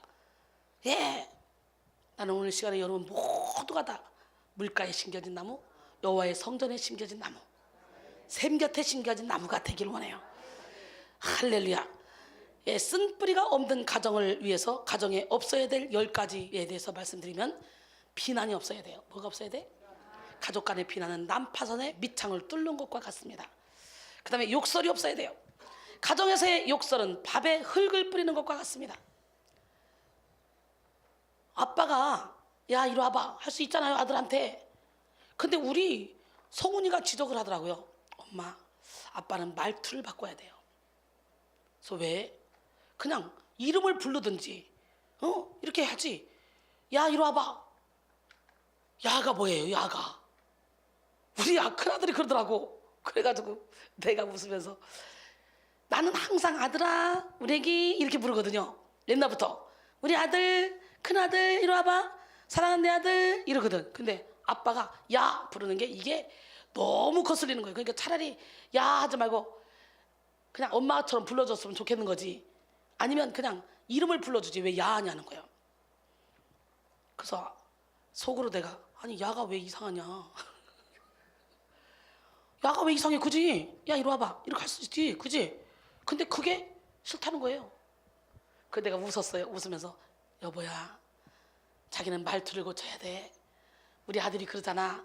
야 하지 말해. 야가 뭐야? 그랬더니 그 뒤로 고치더라고요. 우리는 이렇게 억센말 욕하고 이런 걸 전혀 안 써가지고 야가 그 아들에게는 욕으로 들리는 거예요. 그러면 얼마나 우리가 행복하게 살고 있는 거 느껴져요? 그 다음에 원망이 없어야 됩니다. 가족 간의 원망은 잘 끓인 국에다가 찬물을 붓는 것과 같아요. 그 다음에 속임이 없어야 돼요. 가족 간에 속이는 것은 자라는 나무 뿌리를 자르는 것과 같습니다. 폭력이 없어야 됩니다. 가족 간의 폭력은 윗물을 흐리게 하는 것과 같습니다. 고집이 없어야 돼요. 지나친 고집은 자신의 무덤을 스스로 파는 것과 같습니다. 비밀이 없어야 됩니다. 가족 간의 비밀은 가정을 파괴시킬 시한폭탄과도 같습니다. 시기가 없어야 돼요. 가족 간의 시기는 등을 켜지 않고 달리는 자동차와 같습니다. 편견이 없어야 돼요. 가족 구성원에 대한 편견은 도끼로 나무를 찍는 것과 같습니다. 계산이 없어야 됩니다. 가족 간의 계산도 도배지에다 물을 붓는 것과 같습니다.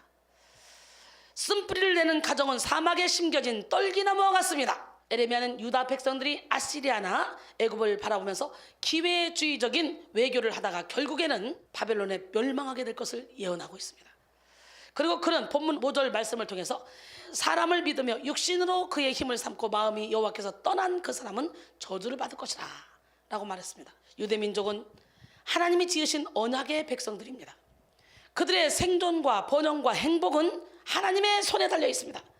그러므로 그들이 마음에 하나님을 모시기를 싫어하고 사람을 의지하고 강대국을 하나님보다 더 믿고 따르면 망할 수밖에 없다는 거예요. 이사야 31장 3절에 애굽은 사람이요 신이 아니며 그들의 말들은 육체요 영이 아니라 여호와께서 그의 손을 펴시면 돕는 자도 넘어지고 도움을 받는 자도 엎드러져서 다 함께 멸망하리라 그랬어요. 할렐루야. 사막에 심겨진 떨기나무와 같이 쓴뿌리를 내는 가정은요 사람에게 집착합니다. 그래서 오늘 본문 에레미야 17장 5절에 보니까 여호와께서 이와 같이 말씀하시니라 무릇 사람을 믿으며 시편 146편 3절로 4절 보니까 귀인들을 의지하지 말며 도울 힘이 없는 인생도 의지하지 말지니 그의 호흡이 끊어지면 흙으로 들어가서 그날에 그의 생각이 소멸하리로다 그랬어요. 사막에 심겨진 떨구나무와 같이 쓴뿌리를 내는 가족들은요 가족끼리 서로 집착합니다. 부모는 자녀를 우상 삼고 자녀에게 휘둘리며 자녀는 부모의 인정을 과도하게 구하고 부모들의 눈치를 많이 봅니다. 이런 가정의 사람들은요 하나님을 찾고 하나님께 기도한다고 하지만 정작 가족을 의지하기 쉽습니다. 하나님을 의지하는 게 아니라 가족에게 상처받고 가족에게 고통을 당하지만 가족을 내려놓지 못해서 가족과 묶여있는 그냥 부정적인 끈을 끊어내지 못합니다. 이런 사람들은요 하나님의 뜻보다 가족들의 눈치를 더 살피고 가족들이 무서워서 사명을 감당하지 못합니다. 디모데후서 2장 3절로 4절 너는 그리스도 예수의 좋은 병사로 나와 함께 고난을 받으라. 병사로 복무한 자는 자기 생활에 얽매인 자가 하나도 없나니 이는 병사로 모집한 자를 기쁘게 하려 합니다. 바로 제가 이렇게 제 생활에 하나도 얽매이지 않잖아요. 마가복음 10장 29절로 30절 보니까 예수께서 이르시되 내가 진실로 너에게 이르노니 나와 복음을 위하여 집이나 형제나 자매나 어머니나 아버지나 자식이나 전토를 벌인 자는 현세에 있어 집과 형제와 자매와 어머니와 자식과 전토를 100배나 받되 박해를 겸하여 받고 우리 예수 믿는 사람은 박해를 받을 각오를 해야 돼요. 예. 내세의 영생을 받지 못할 자가 없으리라 그랬어요. 그래서 예수님은 거짓 화평을 깨고 참된 화평을 주시기 위해서 검을 가지고 우리 가정으로 오셨어. 가정에 검을 주시러 오셨어. 화평을 주러 오신 게 아니라 일시적인 불화를 주시기 위해서 오셨어. 왜? 거짓 화평을 다 깨 부셔버리고 참된 화평을 이루게 하려고. 마태복음 10장 34절로 39절 내가 세상에 화평을 주러 온 줄로 생각하지 말라. 화평이 아니요 검을 주러 왔노라. 내가 온 것은 사람이 아버지와 딸이 어머니와 며느리와 시어머니가 불화하게 하려 함이라. 말이 돼요? 우리 예수님은 평강의 왕인데, 화평의 왕인데 불화하게 하려 함이에요. 누구와 누구가? 아버지와 사람이, 그러니까 아버지와 아들이, 또 딸이 어머니와 시어머니와 며느리가 불화하게 하려 함이니 사람의 원수가 자기 집안 식구리라. 아버지나 어머니를 나보다 더 사랑하는 자는 내게 합당하지 아니하고 아들이나 딸을 나보다 더 사랑하는 자도 내게 합당하지 아니하며 또 자기 십자가를 지고 나를 따르지 않는 자도 내게 합당하지 아니하니라. 자기 목숨을 얻는 자는 잃을 것이요 나를 위하여 자기 목숨을 잃는 자는 얻으리라. 할렐루야. 하나님보다 더 우선순위 되는 모든 건 다 우상입니다. 여러분, 사막에 심겨진 떨기나무와 같이 쓴뿌리를 내는 가정은요, 또 사람만 믿는 게 아니라 육신의 힘을 또 의지합니다. 그죠? 오늘 본문에 육신으로 그의 힘을 삼고 마음이 여호와께서 떠난 그 사람은 저주를 받을 것이라. 그는 사막의 떨기나무 같아서 좋은 일이 오는 것을 보지 못하고 광야, 간조한 곳, 건건한 땅, 사람이 살지 않는 땅에 살리라 그랬어요. 사막에 심겨진 떨기나무는 자기 힘으로 살고 자기 욕심을 따르며 썩어 없어지는 열매를 맺습니다. 그들은 자신의 배만 섬기고 땅의 일을 생각하며 땅의 일을 즐기는 자예요. 사막에 심겨진 나무는 음란과 부정과 사욕과 악한 정욕과 탐심의 가지를 냅니다. 탐심은 우상 숭배이기에 결국 그에 따른 나쁜 열매를 맺게 되죠. 쓴뿌리가 장악하고 있는 가정은 물질을 의지하고 명예를 의지하고 건강을 의지하고 지식을 의지하고 육신의 삶에 집중합니다. 끊이지 않고 서로 경쟁하며 비교의식에 휘둘립니다. 그래서 그런 가정의 중심에는 세상을 장악하고 있는 어둠의 영이 자리를 잡고 가정을 더욱더 흑암으로 끌고 가죠. 사막에 심겨진 떨기나무같이 쓴뿌리를 내는 가정은 마음이 여호와를 떠나 있습니다. 사막에 심겨진 떨기나무 같은 사람은 하나님을 구하지 않습니다. 입술로 찬양을 하죠. 기도를 하죠. 말씀은 봐요. 열심히 신앙생활 하는 것 같아요. 그러나 하나님이 원하는 것보다 자기 욕심을 구하고 자기가 좋은 뜻대로 자기 의로 헌신하고 충성하고 봉사하며 살아갑니다. 그들의 마음은 하나님을 이용하고자 할 뿐이에요. 그죠? 그때그때 파스 붙이는 것처럼 하나님을 이용합니다. 이렇게 쓴뿌리를 내는 가정은 하나님 중심으로 살지 못하고 언제나 자기 욕심을 구하고 자기 욕구를 채우기에 바쁘죠. 그러니 세상의 정욕을 쫓아가는 거죠. 요한일서 2장 15절로 17절까지 보니까 이 세상이나 세상에 있는 것들을 사랑하지 말라. 누구든지 세상을 사랑하면 아버지의 사랑이 그 안에 있지 아니하니 이는 세상에 있는 모든 것이 육신의 정욕과 안목의 정욕과 이생의 자랑이니 다 아버지께로부터 온 것이 아니오 이 세상으로부터 온 것이라. 이 세상도 그 정욕도 지나가되 아버지의 뜻을 행하는 자는 영원히 거하니라. 할렐루야. 사람을 의지하고 육신으로 힘을 삼으며 여호와를 떠난 사람은 좋은 일이 오는 것을 보지 못합니다. 불행만 겹치는 메마른 사막의 떨기나무 같이 살아갑니다. 그들이 거하는 땅은 광야 간조한 곳 건건한 땅입니다. 사람이 살지 않는 땅이죠. 그들은 사람을 믿고 육체의 힘을 의지하지만 결국 이렇게 힘들게 공허하게 살아간다는 거죠. 이와 같이 쓴뿌리를 내는 가정은 가족 서로에게 집착하지만 상처를 남기고 육신의 힘을 의지하지만 공허만 쌓여가고 마음이 여호와를 떠남으로 어둠의 영에게 휘둘리는 그런 삶을 살아가게 됩니다. 코르비제는 가정은 삶의 보물상자가 되어야 된다 말했어요. H. 웰즈는 가정은 아버지의 왕국, 어머니의 영토요, 아이들의 보금자리다 라고 말했습니다. 가정은 안심하고 모든 것을 맡길 수 있으며 서로 의지하고 서로 사랑하며 사랑받는 곳이다 라고 말했어요. 또 토마스 제퍼슨은 행복한 가정은 천국의 지점이다 라고 말했습니다. 이처럼 우리는 행복한 가정 가운데 이 땅에서도 천국을 누릴 수 있습니다. 우리는 보통 천국은 먼 곳에 있는 것으로 생각하지만 사실 천국은 예수를 주인으로 삼은 우리의 마음에 있고요.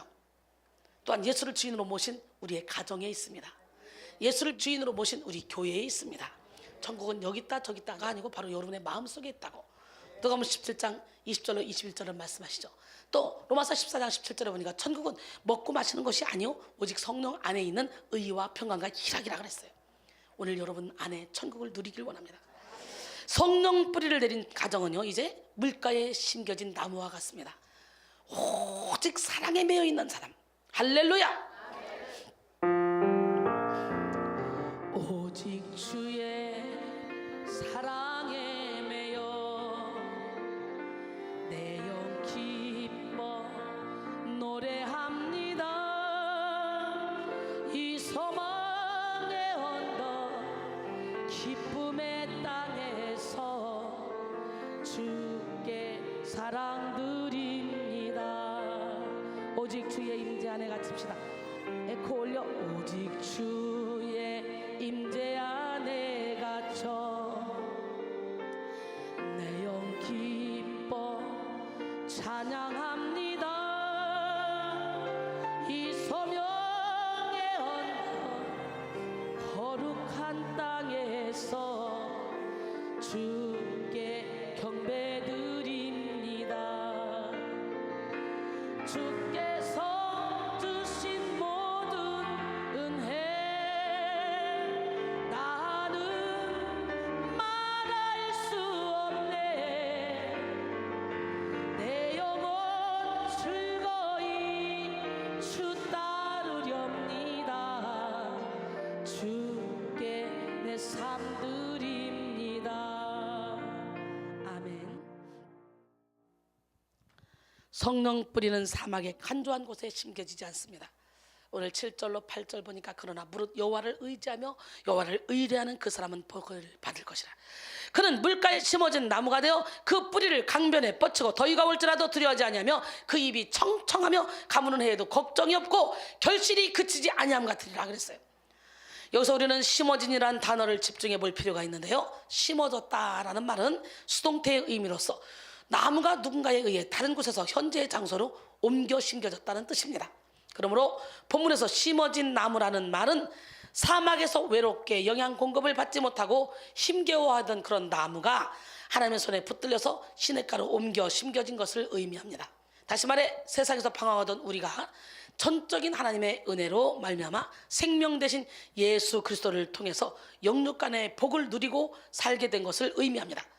그러므로 물가에 심겨진 나무는 하나님의 계획된 은총에 의해서 심겨진 나무의 삶을 삽니다. 이 시간 여러분의 가정이 하나님의 손에 붙들려서 사막의 간조한 곳에서 건진받고 은혜의 물가에서 심겨지기를 소원합니다.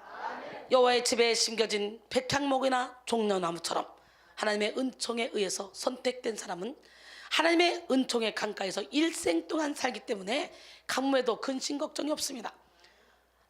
날마다 흥왕하고 형통하게 됩니다. 시편 92편 12절로 15절 보니까 의인은 종려나무같이 번성하며 레바논의 백향목같이 성장하리로다. 할렐루야. 종려나무처럼 번성하고 백향목처럼 성장하는 우리가 되기를 원합니다. 이는 여호와의 집에 심겨졌으며 우리 하나님의 뜰 안에서 번성하리로다. 그는 늙어도 여전히 결실하며 진액이 풍족하고 빛이 청청하니 여호와의 정직하심과 나의 바위 되심과 그에게는 불의가 없음이 선포되리이다. 여러분, 여호와의 전에 심겨진 자가 돼야 돼요. 제가 여호와의 전에 심겨졌죠. 여러분들도 여호와의 전에 심겨졌죠. 우리는 하나님께 뿌리를 내린 삶을 살아야 됩니다. 우리 가정은 진리의 뿌리를 내린 성령 뿌리의 가정이 되어야 됩니다. 뿌리가 창조주 하나님께 내려져 있다는 것은 하나님의 선택과 예정 속에서 창세전까지 거슬러 올라가는 깊은 뿌리를 의미합니다. 거듭난 하나님의 자녀들은 그 존재의 뿌리가 창조주 하나님의 주인이신 예수 그리스도의 심장에 깊이 내려져 있다는 거죠. 할렐루야. 지금 우리 가정에는 삶의 중심을 송두리째 바꾸는 그런 뿌리의 회심이 필요합니다. 회개하고 예수 그리스도를 믿어 구원을 받았지만 여전히 가정이 죄와 고통에 물들어 있다면 뿌리의 변화가 필요합니다. 이 시간 결단합시다. 모든 우상을 다 내려놓고 세상 욕심을 다 내려놓고 하나님을 중심으로 보심으로 성령의 뿌리를 내립시다. 성령 뿌리를 내림으로 형통의 축복을 받는 우리 모두가 되기를 바랍니다. 물가에 심겨진 나무와 같이 성령 뿌리를 내린 가족은 어때요? 어떤 상황에서도 두려움이 없습니다. 할렐루야. 하나님께 뿌리 내린 나무는 더위가 올지라도 두려워하지 않습니다. 사람들이 두려움을 가지는 것은 의지할 것이 없다고 판단될 때죠. 주님을 전적으로 의지하는 믿음의 사람은요, 어떠한 역경 속에서도 두려워하지 않습니다. 오히려 하나님께서 주시는 용기와 능력을 가지고 놀라운 역사를 일으킵니다. 고린도서 4장 7절로 10절 보니까 우리가 이 보배를 질그릇에 가졌으니 이는 심히 큰 능력은 하나님께 있고 우리에게 있지 아니함을 알게 하려 함이라. 우리가 사방으로 우겨쌈을 당해도 쌓이지 아니하며 답답한 일을 당해도 낙심하지 아니하며 박해를 받아도 버림받지 아니하며 거꾸로짐을 당해도 망하지 아니하고 우리가 항상 예수의 죽음을 우리 몸에 짊어지면 예수의 생명이 또한 우리 몸에 나타나게 하려 함이라. 로마서 8장 35절로 39절 보니까 누가 우리를 그리스도의 사랑에서 끊으려? 환난이나 곤고나 박해나 기근이나 적신이나 위험이나 칼이라 기록된 바 우리가 종일 주를 위하여 죽임을 당하며 도살당할 양같이 여김을 받았나이다 한과 같으니라. 그러나 이 모든 일에 우리를 사랑하시니로 말미암아 우리가 넉넉히 이기느니라. 내가 확신하노니 사망이나 생명이나 천사들이나 권사들이나 현재일이나 장래일이나 능력이나 높음이나 깊음이나 다른 어떤 피조물이라도 우리를 우리 주 그리스도 예수 안에 있는 하나님의 사랑에서 끊을 수 없느니라 그랬어요. 할렐루야. 제가 그렇게 살고 있습니다. 진리를 할지 진리가 너희를 자유롭게 하리라. 우리는 진리 안에 자유 가운데 거해야 돼요. 예수님께 뿌리 박힌 나무는 입이 청청하고 가무는 해도 걱정이 없습니다. 하나님을 의지하며 믿음으로 사는 사람은 흔들림 없는 삶의 근거를 가지고 모든 삶의 모습이 건전하고 건강한 모습으로 살아갑니다. 강가에 뿌리를 깊게 내리고 살아가는 나무, 뜨거운 햇빛 가운데 산천초목이 말라져 버릴 때에도 걱정이 없습니다. 이런 뜨거운 햇빛이 오히려 입이 청청하게 하며 나무가 무성하게 자라게 하는 기회가 됩니다. 물가에 심겨진 나무는 결코 가뭄과 더위를 두려워하지 않습니다. 오히려 더 청청하게 만들어준다는 거예요. 그러기에 예수 믿는 사람은 고난 가운데서도 환난 가운데서도 오히려 기뻐하며 즐거워하며 열매 맺는 삶을 살아갑니다. 로마서 5장 3절로 4절 다만 이뿐 아니라 우리가 환난 중에도 즐거워하니 이는 환난은 인내를, 인내는 연단을, 연단은 소망을 이루는 줄 압니다. 그러기에 시편 119편 67절 71절 그리고 92절에 보니까 고난 당하기 전에는 내가 그렇게 생각했더니 이제는 주의 말씀을 지키나이다. 고난 당한 것이 내가 유익이라. 이로 말미암아 내가 주의 율례들을 배우게 되었노라. 주의 법이 나의 즐거움이 되지 않았다면 내가 고난 중에 멸망하였습니다 그랬어요. 여러분 로마서 8장 18절에 보니까 생각하건대 현재의 고난은 장차 우리에게 나타날 영광과 비교할 수 없다는 거예요. 우리 하나님은요 고난 당할 때요 피할 길을 항상 주십니다. 두려움이 없는 사람은요 건강한 정신, 행복한 마음으로 살아갑니다. 예, 제가 그렇게 살고 있잖아요. 요한일서 4장 18절에 보니까 사랑 안에 두려움이 없고 온전한 사랑이 두려움을 내쫓나니 두려움에는 형벌이 있습니다. 두려워하는 자는 사랑 안에서 온전히 이루지 못하였느니라 그랬어요. 그러므로 성령 뿌리를 내린 가정에는 모든 정신질환이 다 떠나가고 감사와 만족이 넘치는 은혜가 임합니다. 물가에 심겨진 나무같이 성령 뿌리를 내린 가정은요 또한 풍성한 열매를 맺습니다. 하나님을 믿고 의지하는 사람은 물가에 깊이 내린 뿌리로서 뿌리로부터 지속적으로 생수를 공급받고 그리고 뜨거운 태양 광선을 통해서 탄소 동화 작용을 하기 때문에 많은 결실을 맺게 됩니다. 뿌리 깊은 신앙과 사랑을 실천하면서 의롭게 살아가는 그런 사람들은 성령의 9가지 열매를 주렁주렁 맺을 뿐만 아니라 전도와 봉사에 풍성한 열매를 끊임없이 맺게 되죠. 이런 열매를 통해서 궁극적으로 하나님께 영광을 돌리게 되고 사람들에게 유익을 주는 그런 나무가 됩니다. 여러분 이사야 58장 6절로 11절 보면요 내가 기뻐하는 금식은 흉악의 결박을 풀어주고 멍에의 줄을 끌어주며 압제당하는 자를 자유케 하며 모든 멍에를 꺾는 것이 아니겠느냐. 무조건 굶는 것이 금식이 아니에요. 굶으면서 싸우고 굶으면서 욕심부리고 굶으면서 이렇게 남에게 해를 끼치는 그런 건 금식이 아니에요. 또 줄인 자에게 내 양식을 나누어주며 유리하는 빈문을 집에 들이며 헐벗은 자를 보면 입히며 또 내 골육을 피하며 스스로 숨지 않는 것이 아니겠느냐. 이렇게 이웃을 사랑하며 굶어야 그게 진짜 금식이라는 거예요. 그리하면 내 빛이 새벽같이 비칠 것이며 내 치유가 급속할 것이며 내 공의가 내 앞에 행하고 여호와의 영광이 내 뒤에 호위하리니. 놀라마 시작. 세상에 여호와의 영광이 우리의 비서실장이 된다네. 내가 부를 때는 나 여호와가 응답하겠고 내가 부질 때는 내가 여기 있다리라. 만일 내가 너희 중에서 멍에와 손가락질과 허망한 말을 제하여 버리고 줄인 자에게 내 심정이 동하며 괴로운 자의 심정을 만족하게 하면 내 빛이 흑암 중에서 떠올라 내 어둠이 낮과 같이 될 것이며 여호와가 너를 항상 인도하여 메마른 곳에서도 내 영혼을 만족하게 하며 내 뼈를 견고하게 하리니 너는 물된 동산 같겠고 물이 끊어지지 않는 샘 같을 것이라. 놀라봐 시작. 이웃을 내 몸처럼 사랑하면 물된 동산처럼 물이 끊어지지 않는 샘처럼 살게 된다는 거죠. 하나님을 철저히 의뢰하는 사람은 이렇게 하나님이 예비하신 하나님의 길을 갑니다. 하나님이 그러면 그 삶을 책임져 주십니다. 생수의 근원이신 하나님으로 말미암아 그의 영혼은 새로워지고 삶의 의욕이 넘쳐나 풍성한 열매를 맺게 됩니다. 우리는 풍성한 열매를 맺는 좋은 나무가 돼야 돼요. 여러분의 가정에 성령의 열매를 맺는 성령 뿌리를 내린 가정이 되기를 원합니다. 예수님은 좋은 나무가 있고 나쁜 나무가 있대요. 좋은 나무마다 나쁜 열매를 맺을 수 없고 나쁜 나무가 좋은 열매를 맺을 수 없다네요. 그래서 열매로 그들을 안다는 거예요. 오늘 우리 열매 맺는 삶을 삽시다. 주님이 요구하시는 것은 아름다운 열매입니다. 요한복음 15장 8절에 너희가 열매를 많이 맺으면 내 아버지께서 영광을 받으실 것이요 너희는 내 제자가 되리라. 할렐루야. 또 16절에 보니까 너희가 나를 택한 것이 아니요 내가 너희를 택하여 세웠나니 이는 너희로 가서 열매를 맺게 하고 또 너희 열매가 항상 있게 하여 내 이름으로 아버지께 무엇을 구하든지 다 받게 하려 함이라 그랬어요. 할렐루야. 예, 로마서 7장 4절도 보니까 그러므로 내 형제들아 너희도 그리스도의 몸으로 말미암아 율법에 대하여 죽임을 당하였으니 이는 다르니 곧 죽은 자 가운데서 살아나신 이에게 가서 우리가 하나님을 위하여 열매를 맺게 하려 함이라. 좋은 나무와 나쁜 나무를 결정짓는 것은 뭡니까? 땅이죠. 땅. 길가밭, 돌짝밭, 가시밭에서는 뿌리를 내릴 수 없죠. 우리는 오직 옥토밭이 돼야 돼요. 좋은 땅에 심긴 나무는 100배, 60배, 30배 결실냈는데 아멘. 나는 오늘 여러분 모두가 다 좋은 땅으로 마음을 옥토로 만들기로 합니다. 우리는 성령 뿌리를 내린 좋은 가정이 되기 위해서 성령의 물가에 심겨져야 돼. 물가는 언제나 푸르름과 수분이 넘치는 곳이며 신선함과 수분이 끊어지지 않는 곳이죠. 그렇다면 우리가 뿌리 내려야 될 물가는 어디입니까? 물가는 하나님의 말씀이 거하는 하나님의 성전이에요. 성도는 물가에 심겨진 나무처럼 교회의 뿌리를 잘 내려야 돼. 할렐루야. 예, 근데 오늘날 교회는 있고 예수님은 없는 교회가 참 많네. 그래서 예수님께 뿌리를 내려야 돼.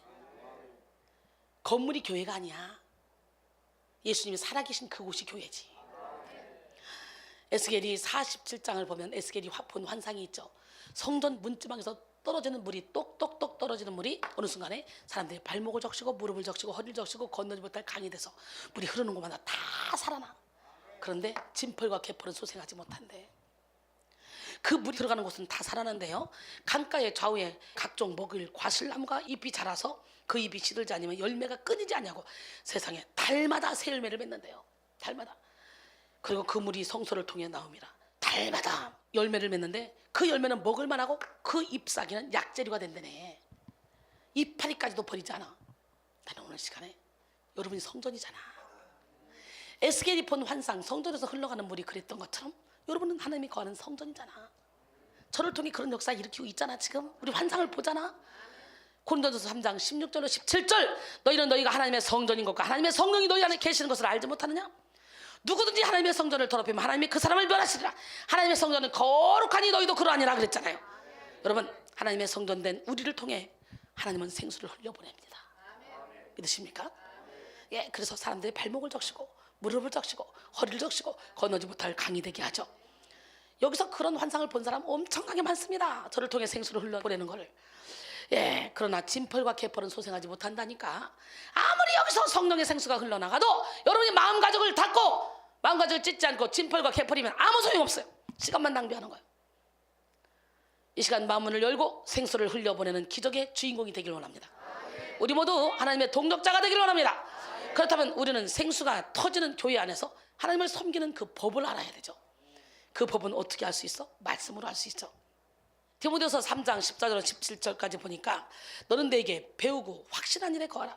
내가 누구에게서 배운 것을 알며 또 어려서부터 성경을 알았나니 성경은 능히 너로 하여금 그리스도 예수 안에 있는 믿음으로 말미암아 구원에 이르게 하는 지혜가 있느니라. 모든 성경은 하나님의 감동으로 된 것으로 교훈과 책망과 바르게 함과 의로 교육하기에 유익하니 이는 하나님의 사람으로 온전하게 하며 모든 선한 일을 행할 능력을 갖추게 하려 함이라. 할렐루야. 바로 하나님의 말씀이 선한 일을 행할 능력을 갖추게 한다는 거예요. 그러니까 우리는 뿌리를 어디에 내려야 돼? 교회에 내려야 되죠. 교회 중심으로 살아야 되죠. 근데 교회만 내리면 돼요? 교회가 예수가 있는 교회에 내려야 돼요. 예수님이 주인된 교회에 내려야 돼. 그렇지 않으면 허당이야. 그리고 말씀의 뿌리를 내려야 돼. 우리가 내려야 될 뿌리는 물가는 바로 진리의 말씀이요. 또 말씀이 육신이 되어 오신 우리 예수님께 뿌리를 내려야 돼. 복 있는 사람은 하나님의 말씀을 주야로 묵상합니다. 하나님의 말씀에 삶의 근거를 두지 않은 사람은 뿌리 없는 나무와 같은 사람이요. 뿌리가 깊지 못한 항상 넘어질까 조심스러운 그런 사람이죠. 그런 나무는 넘어질 때 옆에 있는 나무도 함께 쓰러지게 합니다. 그래서 우리는 계시록 1장 3절에 이 예언의 말씀을 읽는 자와 듣는 자와 그 가운데 기록한 것을 지키는 자는 복이 있나니 때가 가까움이라. 할렐루야. 결국 물은 하나님의 영이고 물가에 뿌려졌다는 것은 하나님의 영과 온전히 연합하는 것을 의미합니다. 물은 끊임없이 원기를 회복시켜주는 하나님을 의미합니다. 그러므로 하나님께 믿음의 뿌리를 내린 사람은 환경의 변화와 상관없이 지속적으로 은혜를 누릴 수 있어요. 결론적으로 사랑하는 여러분, 지금 여러분의 가정은 어떤 뿌리를 내리고 있습니까? 쓴 뿌리를 내리고 있습니까? 성령의 뿌리를 내리고 있습니까? 쓴 뿌리를 내는 가정은 서로에게 집착하며 서로 병든 사랑을 함으로 상처를 남기고 육신의 힘을 의지함으로 세상에 묶이며 마음이 하나님으로부터 떠나서 어둠의 영의 지배를 받는 삶을 살아갑니다. 하지만 성령 뿌리를 내린 가정은요, 어떤 상황에서도 두려움 없이 밝고 건강한 삶, 건전한 삶의 정신 건강을 유지하며 풍성한 열매, 영혼의 열매, 행복의 열매를 맺으며 살아갑니다. 이 시간 여러분의 가정이 성령의 물가에 뿌리 내린 가정이 되기를 바랍니다. 지금까지 여러분의 가정의 뿌리가 사막에 심긴 쓴뿌리였다 할지라도 이 시간에 하나님의 물가로 옮겨 심겨지는 역사가 있기를 소원합니다. 성령의 뿌리가 깊이 내려짐으로 늘 푸른 나무처럼 물가에 심겨진 축복받는 가정이 되기를 주님의 이름으로 축원합니다. 옆 사람 바라보고, 하나님은 당신을 사랑하십니다. 하나님은 살아계십니다. 하나님이 살아계신 거 믿으십니까? 예, 여러분의 이제 가정에 성령의 뿌리를 내리기로 결단하셨습니까? 예, 정말 이 말씀만 여러분이 잘 받아들여서 여기서 말씀이 일을 하게 만들어버리면 여러분의 가정은 천국이 돼요. 우리 주님과 함께하는 이 고요한 시간, 우리 한지도 나오고 함께 찬양합니다. 간절한 마음으로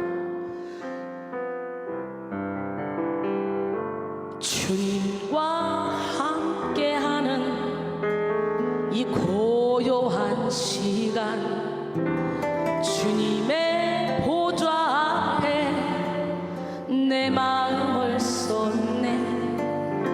모든 것 아시는 주님께 감출 것 없네. 날마다 순종하며 주 바라나이다. 나 염려하잖아도 내 쓸 것 아시니 나 오직 주의 얼굴 구하게 하소서. 다 이해할 수 없을 때라도 감사하며 날마다 순종하며 주 바라나이다. 온 마음 다해 사랑합니다. 온 마음 다해 주 알기 원하네. 내 모든 삶 당신 것이니 주만 섬기리. 온 마음 다해.